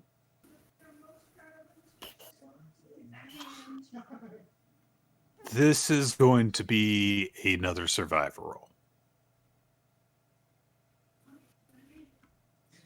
Oh boy, 0. Because it's again, you're talking about tracking stuff. All got right. a nat 20. All right. All right. So, Zero, Jerome, in defiance of all probabilities and math, Jerome, you go into owl mode in your temporary human body, swivel your head around with wide eyes, and it's like you can see the Matrix. You replay an event in your mind.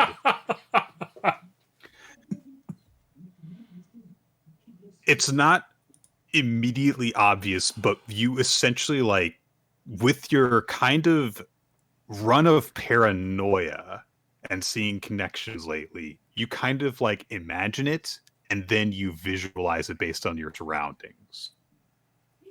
There is a slope in this area that kind of leads down a hill, and there is a road that runs along the edge of the hill that is a not unwalkable distance from this location.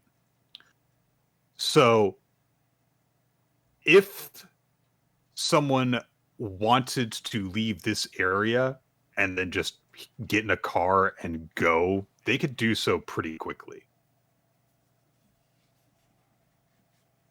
So yeah, Jerome.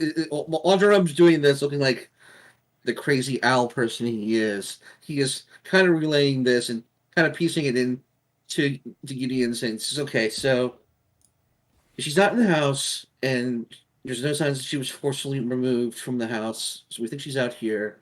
She's probably near one of her favorite painting places. We have this campsite here. There were no reason for her to have a campsite, so obviously it was somebody watching her, looking for a moment to do what? We don't know. But that is the escape route. They went down there through the road, and that's how they got out of here. So I'm thinking we're not going to find her body anywhere nearby. I concur. That seems unlikely.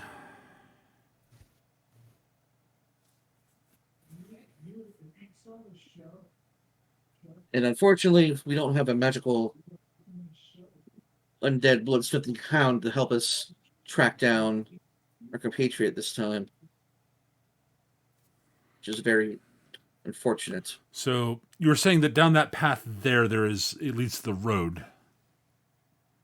Or to a road. To a road. I don't know if it's the same one we came in on. It's not. I mean, it'll loop around and connect eventually, but it is not an obvious entrance to the property. Right.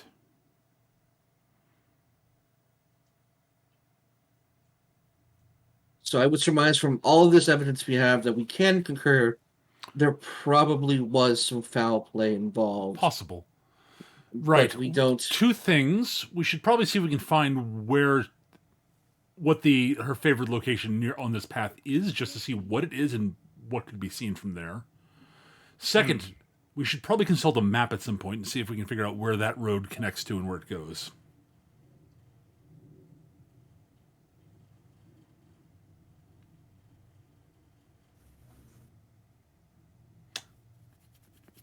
Right. So, I suppose go back to following the path and see where it leads to for the moment.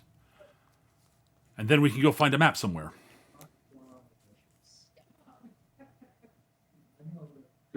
Jerome kind of like pieces out a little bit out of his little paranoia mode. You know, he's like, okay, let's do that. I suspect that library might have maps of some sort, correct? Yes, but I also suspect that it's going to be closed by the time we get back to town. Well, yeah, fair. Libraries do close pretty early. Yes, they do. Also, this is not a large town. Things probably close earlier than normal here also. Right. So some libraries close early. In here, they would. Yes. Oh, absolutely. Like the library. There's zero chance it'll be open by the time we get back to town.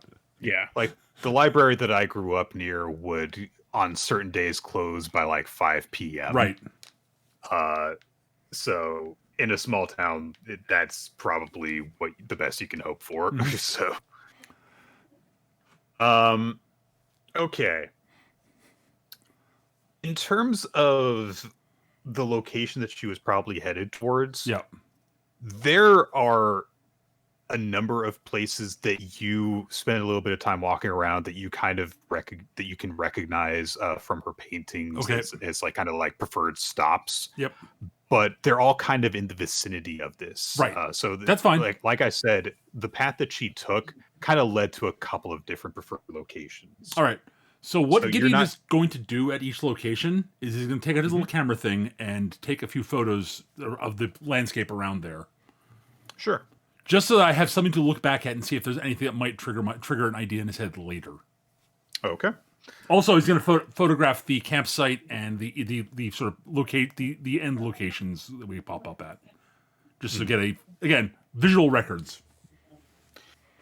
In terms of the road, by the time that you guys get back, because you've been out to this place, it's probably getting to be late afternoon, early evening. As an aside, if anyone wants to suggest that Gideon look on that phone thing he actually brought with him, that there might be this Google Maps thing. Yeah, there's Breaker will point that out. I was going to say there's zero chance Gideon would have occurred to Gideon, but I was going to say that going to the library might not be a good go, but that's not the only way that you can determine but the roadmap system. Most of those other ways are things Gideon would not think of, is my point. Right. To be fair, the best maps are probably going to be in the library, like if we wanted the typographical map or something. Sure. Mm-hmm. Which is why Gideon would think of that. Also, libraries are a place where knowledge is stored. That's been a thing for a very, very long time. Yeah. Fund your local library. No, that's socialism. One of the things that Gideon found in the mail at the beginning of your investigation was that Cecilia made regular donations to the local town Good for her. library because she was a good person. He has a PBS tote bag. Well, not in the UK, but no, BBC tote bag. the BBC doesn't need that. They're actually government funded. Yep. It's amazing how that works. Anyway, but what you were able to find, but when you do look into whatever sort resource that you use to look at the roads, is unfortunately the road that Jerome suspects that would have been taken by whoever was observing or otherwise haranguing Miss Teague. It basically just kind of, it can go one of two directions. One is like further off into the hills, or one is into it's like a vein off of the general nexus of roads that are in the town. Mm-hmm. So this road can go like the road connects to the road that leads to the front of Cecilia's home. Right. If you go far enough back into town, or it results in a cul-de-sac after reaching a few homes down in the other direction. All right. So what it seems to you is that either Cecilia has been taken into one of these homes, right, or and this is assuming that she was like taken via car, right, or she was taken back to the main set of town roads, and then who knows? Right, exactly. All right, so so we could theoretically investigate the cul-de-sac, but that seems, I hate to say this, and I pun not intended, but like a dead end. Fun. I mean, hey, it is a cul-de-sac. That's what they are. That is, by the way, a multi-layered pun. Just if you think about it. That's a three-way pun. Yeah. At any rate, but I don't think the cul-de-sac's likely, but it may be something to look into in future. So I guess the only thing we got left to do is maybe wait for the evening and then go check out the site of the haunting.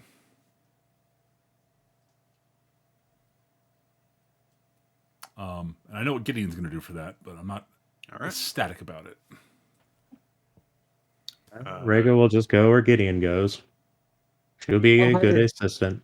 How hard do we want to bluff our way into this house? That's not what Gideon's plan is.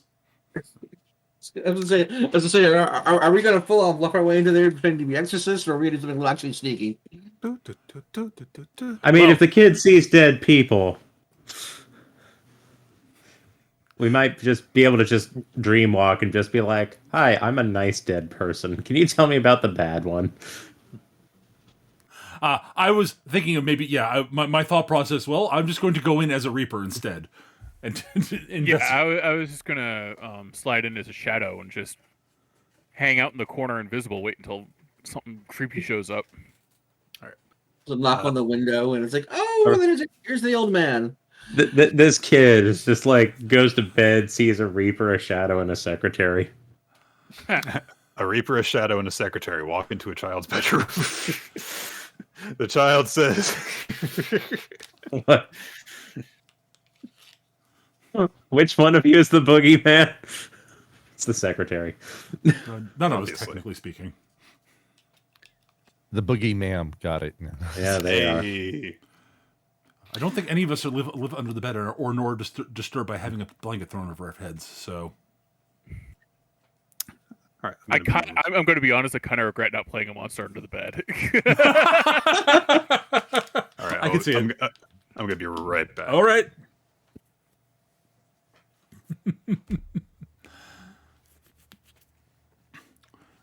But Gideon really hasn't done anything particularly spooky yet, so. Right. Okay, so I'm trying to decide. Okay, so is this a time for us to abandon our bodies? That is my theory. Yeah. But Gideon doesn't really have a false body per se because of what he is. Yeah, Dan is just like, Dan's just walking around just kind of like, Tan is just walking around kind of as is, Yeah. So Gideon, Tan, and Dan. And Dan, yeah, so Gideon and Dan can all be fine. So basically, like, we're just gonna have to park the car with Draco. Also, remember, once you leave your false body, you can't really get back into it. Is the big thing. Yeah. So I'm like, okay, so like, what we need to do is like put this in like somewhere like a garage or something, and just hope nobody walks in and assumes carbon monoxide poisoning. I don't know. I just I don't think there's a good way to bluff our way into the kid's house. There's these two dead bodies and a stolen painting. Like just have the changeling, just easy way. Just have the changeling pose as the kid. Wait, no, that's not a good idea. Now I'm just trying to think of like a situation where someone sees themselves. I can think of ways I could probably persuade my way in, but none of them go anywhere good long term. And I'd really rather not do awful things like that.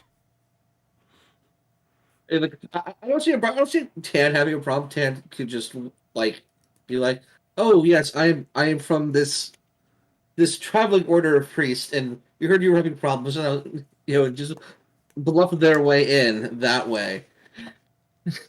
But everybody else, it's like, "Oh yes, this is like one of our most recent converts." It's a 92-year-old man who looks suspiciously like James Hong. I would say he comes in with his 6-demon bag, but that's the wrong actor. Yeah. No, they used the 16 bag against James Hong in that movie. Yes. That's why he has one now. He knows the power. Wind, fire, all that sort of thing.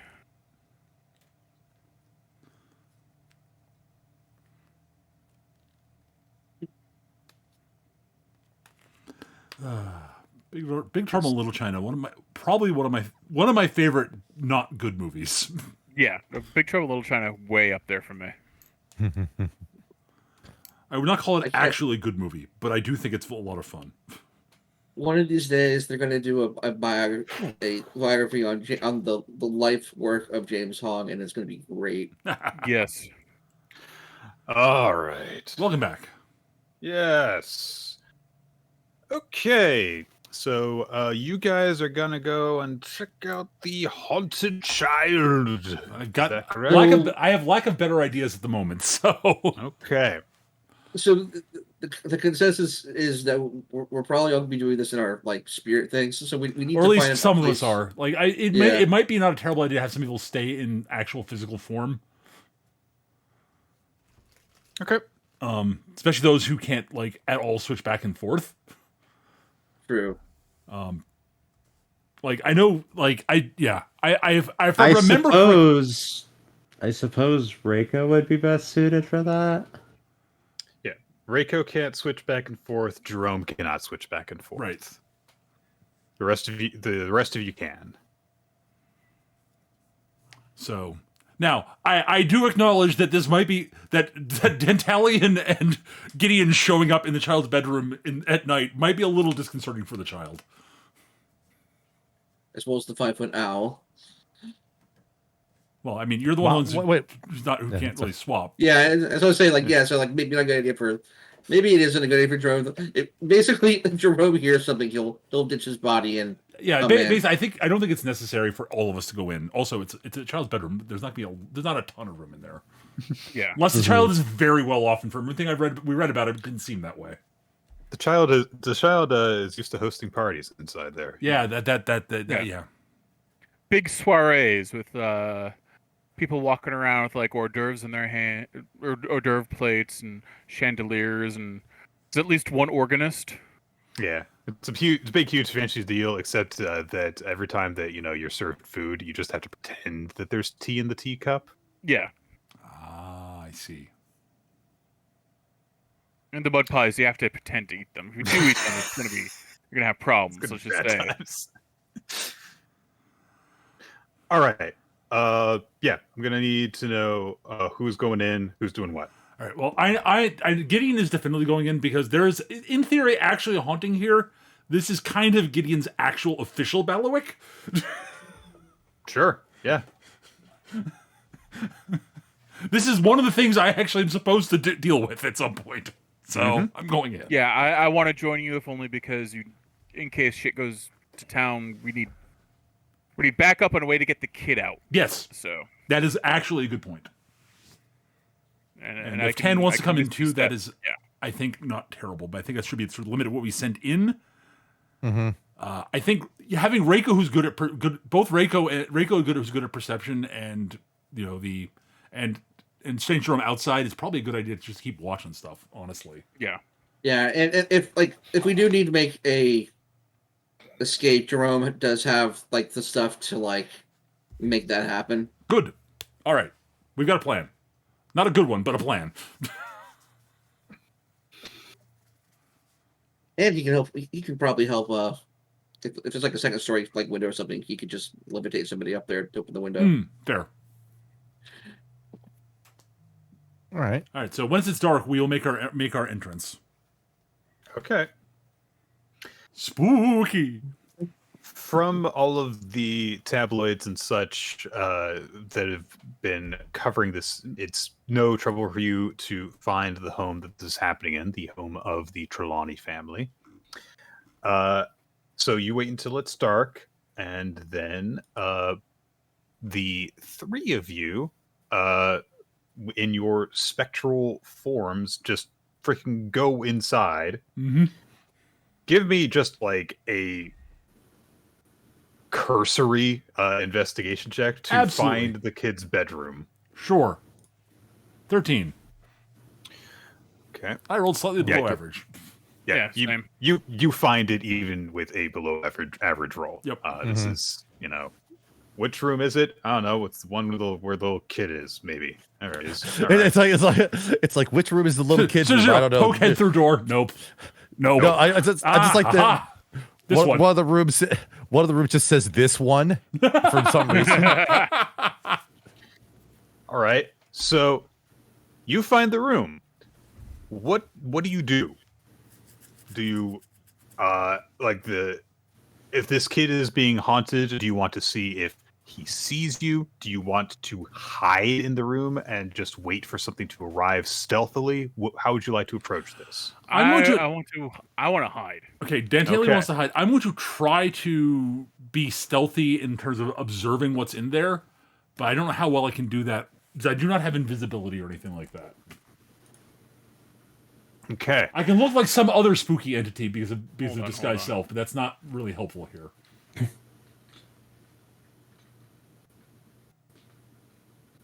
Oh no, wait, I do have invisibility. Never mind. Oh, you do? Okay, cool. Poof. Wait, no, I do have that spell. Never mind. Okay. I can. Like, I was just checking if I took the meta magic to be able to cast it on 2 people. Oh, I wish I could do that. Wait, I can do that. Wait a minute. I will say, let me double check something here real quick here. I actually might be able to use one of my spells if something goes wrong here. Cool. Awesome. Mm-hmm. Wait. Gideon actually does have useful spells. Most of them are. It's just he's got a couple of. 10 has a spell that might be relevant in this situation. Excellent. Here. Let's go. Awesome. All right. Someday I will actually use one of my one of the spells I decided is a very signature Reaper skill spell, Cause Fear. But has it really come up yet? Well, yeah, we'll see if the situation calls for this other spell. But let's just Tan's just sort of like hang out like until signaled to come in. Basically, Fair. I guess is the best way to. All Because he right. does not have any stealthy related things. Fair. but- All right. So you're gonna be like hanging out like just outside the window kind of thing. Yeah, exactly. Okay. You're hanging outside the window in your spectral form. Reiko and Jerome are nearby keeping watch. And both Dentalian and Gideon are stealthily going into the haunted child's room, or the child being haunted's room, I Yes. should say. That has a different Bit of a inclination. difference. There's another creepy thing for you to deal with. Much scarier than one. So As an aside, Wait, did David Jones So show the up? Is so Davy Damien Jones? is in the bedroom. Yes, he locks eyes with you. I do want, however, Dentalian and Gideon, if you can give me a stealth check. Y'all are Absolutely. invisible, so you both have advantage on this. Fair enough. There we go. 18. 18 and 20. Do I hear Davy Jones from like outside the window there, or just? Oh, I meant to say it was. I was just saying that the child is Damien. So. Oh, Damien. I thought No. Davy. That's what I was thinking. I like, was that's- making the crack. what are you doing in the bedroom? I was making the crack because you were doing a little bit of a pirate accent for a brief second. that's what I thought too. I'm A like, little wait, bit, yeah. is this a? Like, lots of my accents just blend together, so that was not Does- intentional. Does Tan need to fly in and scare the haunter with his? Oh no, it'd be ye! oh no, it's Sam Cedar. Oh shit! And then get out of there. Throws the large pirate throws the bed sheets over his head. You cannot get me under here. You'll never see me here. Again, we're not boogeymen. Blankets have no effect. All right. Unsurprisingly, Dan and Gideon, what you guys see in the room is it's a child's bedroom. Right. There are some posters on the wall of Mhm. kind of like sports teams and cartoon characters. Okay. There are a reasonable number of toys strewn about. Okay. And then there is a small bed on which there is a small straw blonde-haired kid's head poking out from under the covers. Mhm. You can pretty easily tell that the kid is not asleep, which is not surprising given that he's been having a hard time of it lately. Right. Yep. In particular at bedtime. While you are stealthing out in the room, it takes a while for anything to happen.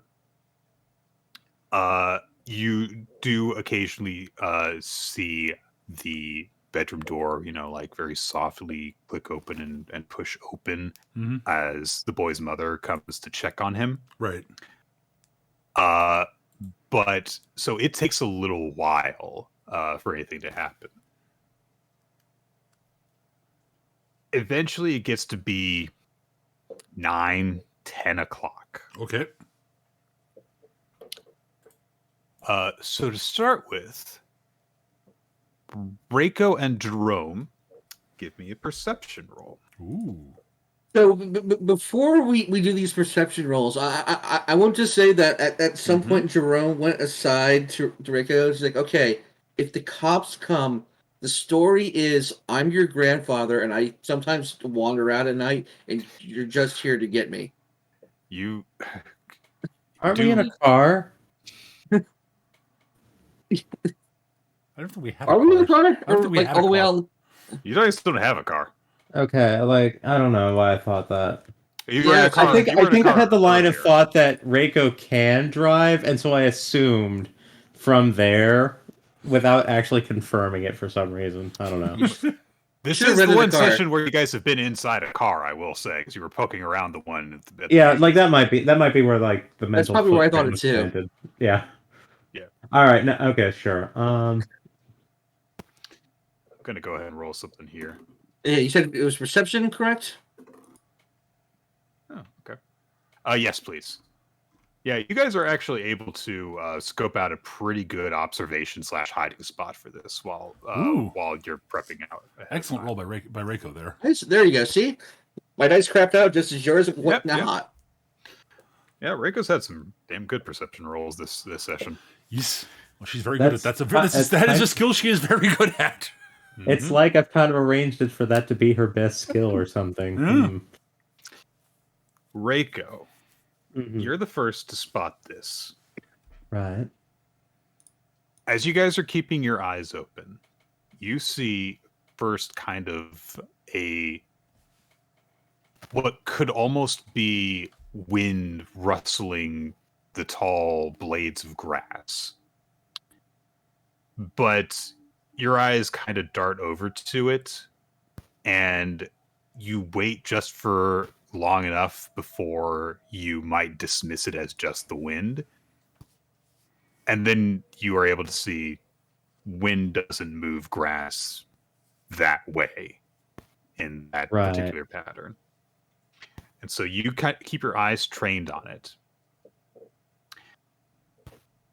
And you see coming through the grass a gaunt, long-limbed, pale-skinned creature, humanoid in appearance, with horns sweeping up off the sides of its head.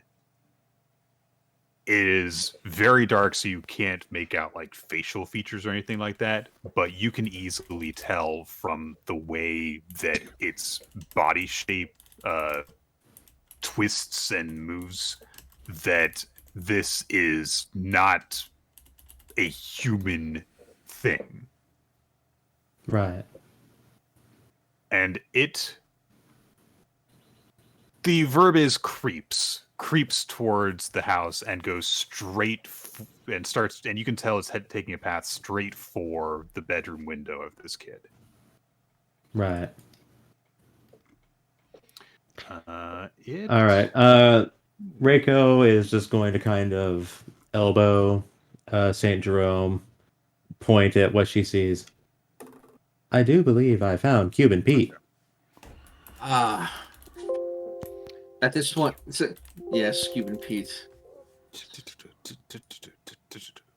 At this point, I'm trying to decide what would be should Jerome act on his own to immobilize this? Because if this thing gets inside the house, it's just going to traumatize the kid further.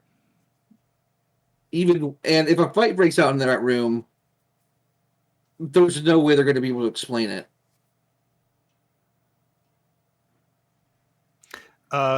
Jerome, you can make a let's go with an insight check.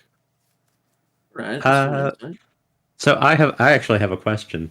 Yes. Actually,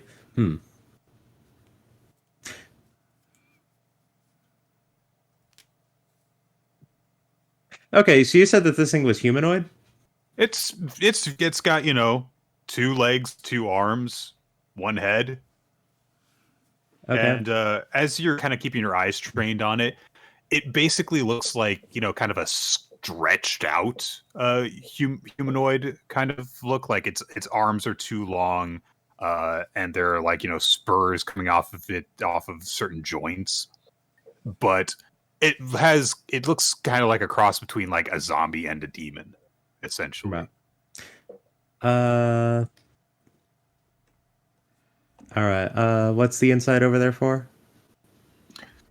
Well, so Jerome, okay, you rolled a 5.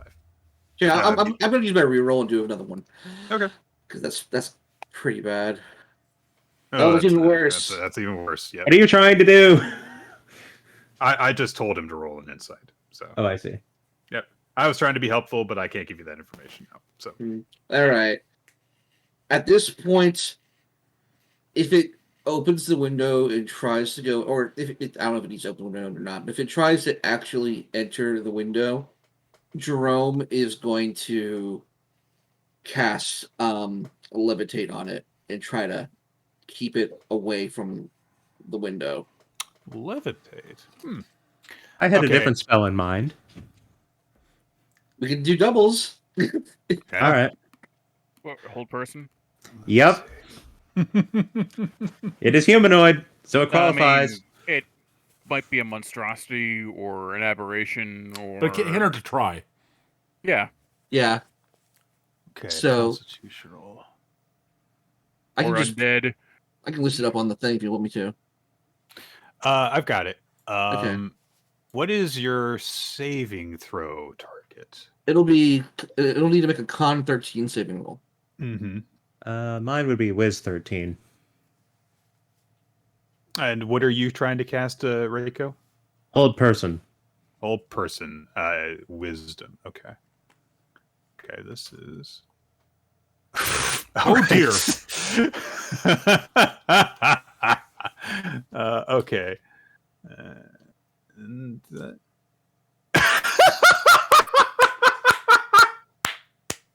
Okay. All right. And So make here's it what. feel good. Well, Okay. You see this gaunt demonic thing creep towards the home, and it starts to reach for the window, and you guys act. And as it reaches up for the window, it suddenly finds that it is reaching up higher than it had originally intended to, and is now floating however high up in the air you want it to float, Jerome. And it starts to flail until it goes rigid as Reiko's spell takes effect. So instead, this creature just starts going through a jaw it can't open.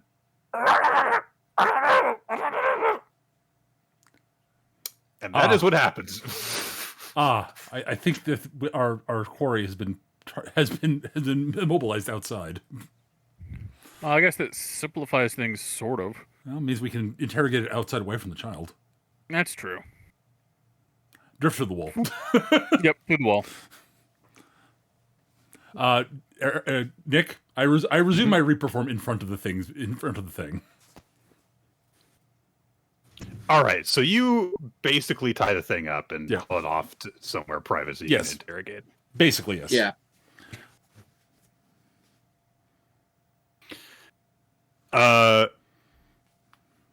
This is one of the few combat-related spells that I actually have on Reiko. I don't even have levitate for combat. I was imagining having to use it to like move like a giant like suit of armor. Well, and it's scare for your somebody whole or something. poltergeist stuff. Totally makes a lot of Yeah, sense. it's- Absolutely. Yeah. Hey, it's all in how you use it. And it's like, oh, old person means that they're not doing anything at all, regardless of what it was that you don't want them doing. So, hey, it's a good spell to have.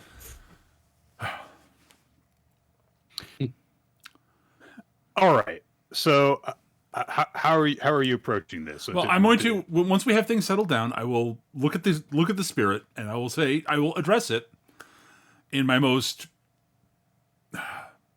In Gideon's attempt at being, trying to calm and assuage it a bit, because it's very understandably there's probably a little distress at the moment. All right. So I'm hoping to make a persuasion roll here at some point. Yes. So, my good spirit, I'm Reaper Gideon. This is my associate Dantalion. I introduce everybody. We just have a few questions for you, if you would not mind answering them. I did not roll well. Okay. I don't think I can reasonably assist you on this one. So before this team even tries to respond, I'm going to go ahead and use my once per day caster ritual as without the ritual time ability. Okay. And do comprehend languages, because we know this thing was already talking strangely to the child. This may help us understand what it's actually saying if we still have the same problem. All right. Yeah. So Jerome starts to cast this spell while Gideon is trying to assuage the creature and get it to cooperate. So what you guys all hear is and what Jerome hears is, "What the fuck are you?"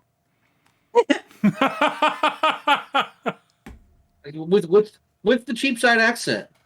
Nice. Jerome's just like, this guy's from Cheapside. Of course I'm from fucking Cheapside. And who the fuck are you from? Country I'm from doesn't actually technically exist anymore. There's a whole thing in the 90s. Don't worry about it. Aye. I take it you are capable to understand the creature's speech, Jerome. Jerome's like, as much as I possibly can. Aha. So Jerome's like, yeah, he's acting as like it's the intermediary, like between these. That's two. what I was going to say. Yes, sure. Can you understand me? Yeah. I will take that as an affirmative. What? Why is this a fucking question? You look like you got some fucking skull for a head. You having trouble understanding me? At the moment, yeah. Once that's translated, I'll say, at the moment, You're yes. speaking English. You're speaking English. Can't you fucking understand it? You're something is scrambling your speech for us. I do not know what it is at the moment.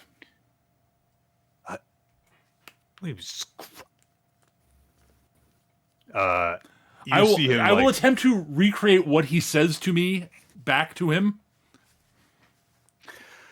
Okay. I'm just gonna roll this. I have no idea what I'd roll for this. I make a charisma roll of some sort. Performance. Sure, we'll go with that. Oh no, performance. Oh well. It takes you a little bit to carry across to him the sounds that he is making, but eventually goes, "What? Am I speaking Romanian?" Ah, that's a language I do not know. That fucking explains why that little fucker couldn't understand me. All right. So what? Is that what happened to me? I mean, my nan always said, "Oh, you got to be fucking baptized, and it's going to make you not be laid at rest." I can't believe she was right the whole time. Oh, not really. Am I a Strigoi? She was right. You're a streaker. Oh, Strigoi. A Strigoi. Nick, when he says that, does that ring a bell with me? Oh yeah, absolutely. Yes. Apparently so. Yes. Strigois are, and many of you will understand this right away. A creature that originated primarily from Romanian legends that eventually vampire legends were adapted from. Yep. So they are sharp-fanged demonic creatures that supposedly feed on the blood of the living. You, Gideon, have almost certainly dealt with Strigoi in the past. Yes, and say, of course, Strigoi. That's I mean, I always said, you've got to be baptized, little laddie. Otherwise, you're going to turn into a Strigoi. You're not going to be laid at rest when you die. Can't believe she was right. well, yes. Oh, you clearly believed it. Otherwise, you wouldn't have turned into a Strigoi. Is that right? Yeah. Oh, I guess I did always love me Nan. Always thought she had nice advice to give, so maybe a little bit of it stuck. Anyways, All right. So What the fuck are you? What's going on? I'm Reaper we're from the Gideon. home office. This is one of my assistants, Dentalian. All right. Well, I guess that makes sense. I am dead. Yes. Yeah. We're not Seeing actually- as how Yes. seeing as how this individual is quite inclined to converse, Reiko will release the hold person. Doesn't seem necessary to keep it going. He doesn't even seem to notice when he starts being able to move his arms. Right. He's so focused on giving out. Yeah. So, if you don't mind me asking, why were you haunting that child? Was it under okay? Okay. Technically, I was indirectly haunting him, but there was a purpose that was, I would argue, noble in its intent, Okay. which was I wanted to tell the little boy that his dad's dead. And when he says that, since you guys are hearing it indirectly, what comes out of the demon's mouth is "Tu tatul e mort." Right. Yep. All right. Tatul tau e mort. Yep. Your father is Well, dead. if you could- Romanian. I'm guessing. Yes. Mort I get. And of course, when it was carried across multiple layers, it doesn't sound like Mort anymore. No, of course but- not. Right. They were playing a giant game of telephone. Yes, essentially. So even if I did speak Romanian, there was no chance I would get that.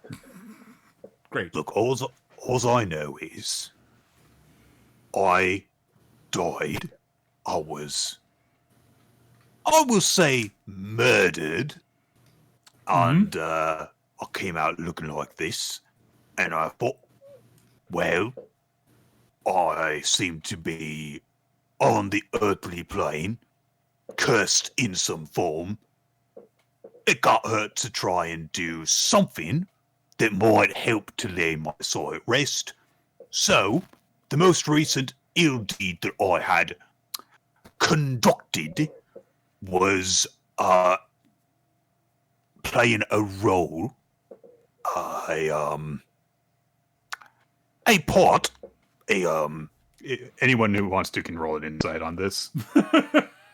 Sure, I will roll it.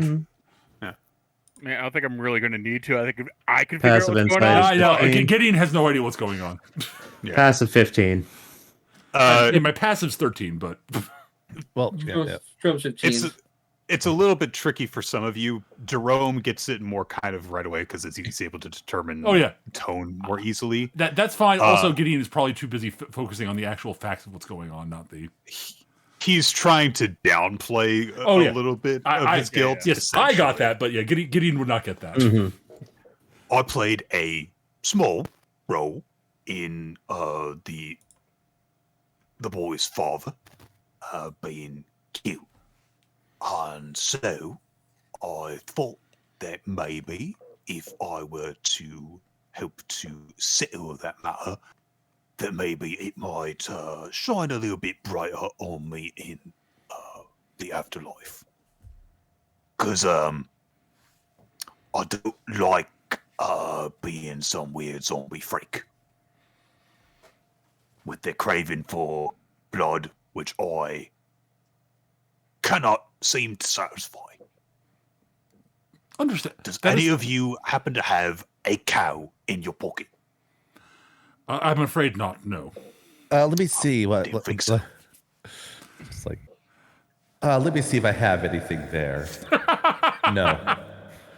Smooth. All right, well, yeah, jog on.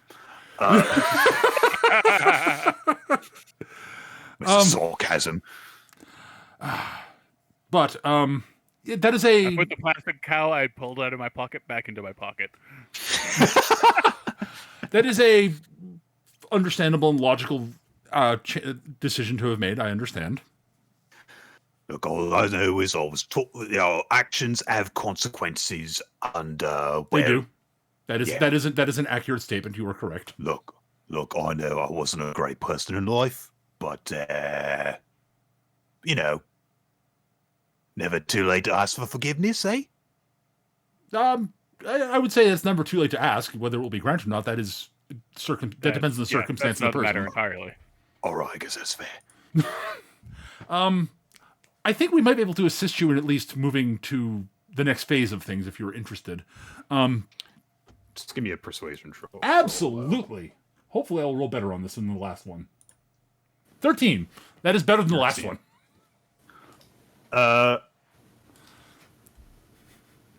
He puts a kind of clawed finger to his chin and scratches it for a bit. And he says, Well, reason I've been coming here was because at least the kid could see me to some degree, and I figured, well, maybe he'll get it eventually. But if you lot can actually understand me, then I might be able to provide some more information. That would be of immense help. Yes. Oh, I have another question. This is entirely I don't think it is likely that you will have this information, but given that the situation, I feel compelled to ask. There's no chance you know of anything. What happened with what was the full name? Hang on, Cecilia Teague. I don't even know who the fuck that is. An artist lived in town, but that is neither here nor there. It was a long shot. That's why I felt the need to ask. Didn't have much time for that kind of thing. Fair enough. Sometimes, it's nice to look at, I guess. But, nah. Very well. Well, I'm, as you might be able to tell, I'm not from round here. In fact, I was supposed to be here in a very temporary capacity, run a bit of a job for a second-hand reg. But turns out I seem to be a bit bound to this area, which I suppose makes sense, considering I can't be going to someplace in heaven or hell just yet. So it makes sense that I won't be free to roam around the entire Earth, I suppose. That would be that. There is logic to that. Yes. All right. Yeah, you guys ain't that hard to figure out, I guess. Well, you are, and he points at both Dantalion and Tananars. Don't know what you're about. You can tell what we are. You mentioned secondhand reg. Is this some sort of local figure? No, not local. Well, kind of, but not really. Okay, you guys aren't from around here. No. No. I'm from Limbo. So I'm from Japan. okay, that makes sense. I can at least see. I can see that coming. Yeah. Okay. I'm from LA. I can also see that. Yeah. so Secondhand Reg is he works with a group of enterprising gentlemen called the Scattlers. Essentially, you need anything that is a bit odd to come by in your local area, Scattlers can get it for you and bring it to you. So I work for Reg as a bit of a transporter, sometimes security kind of thing. we was in town Muscle. doing. Sorry. Muscle. Yeah, muscle. Yeah, I looked a lot better than this when I was still, not dead. So I was working a job in the area for Reg because we was going to be delivering something for security purposes. That tends to be a bit need to know information. So I am not privy to exactly what it was being taken to here or from here. But I was in town. We have a bit of a part-time employee named Denzel Trelawney. When you work in our line of business, sometimes people might think, oh, don't want no paper trail. But it's important in our line of work to know what amount of money comes in, where it comes from, what amount of supplies come in, where they go. That was the kind of thing that Trelawney was doing for us. But something happened. Can't tell you what.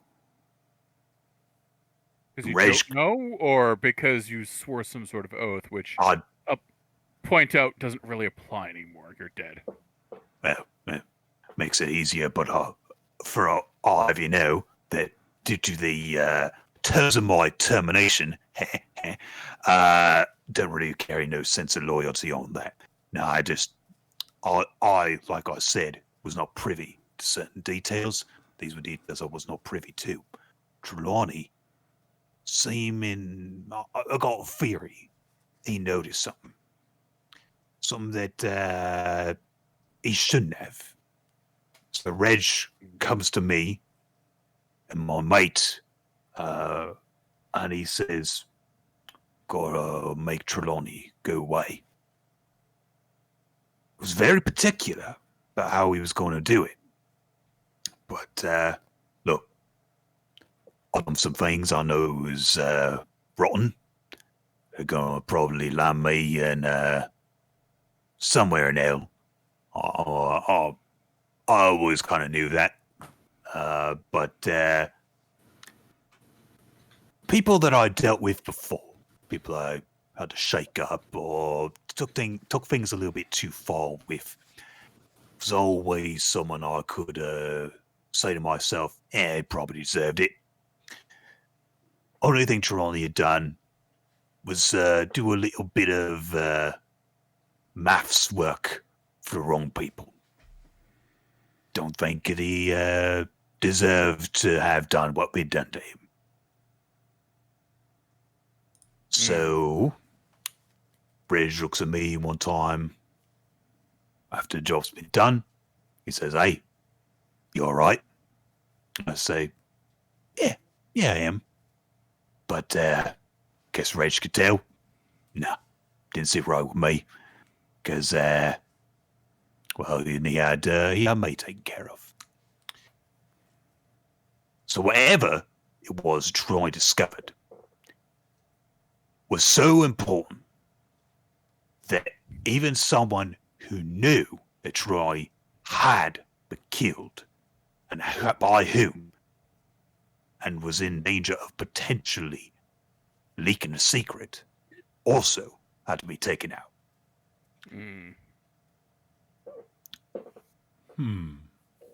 Interesting. I was just like, this might actually be related to the Sicilian disappearance. Theoretically could be, yes. He Sorry, go ahead. He shrugs at that. Yes. But, We may have to investigate this Reg at some point. It's a bit. It can be a bit difficult to find because he goes all around England. Has some regular stops I could tell you about. I would love to hear them. He's rarely in one place for long. I'm very good at finding people. Yeah, I guess you would be.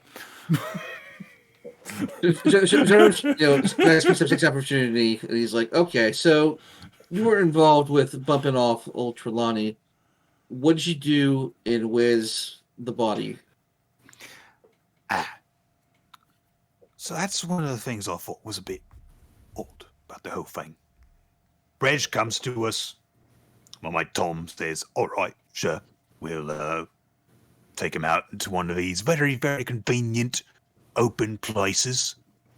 Get him when no one's around. Can bury a body somewhere out here. Take people.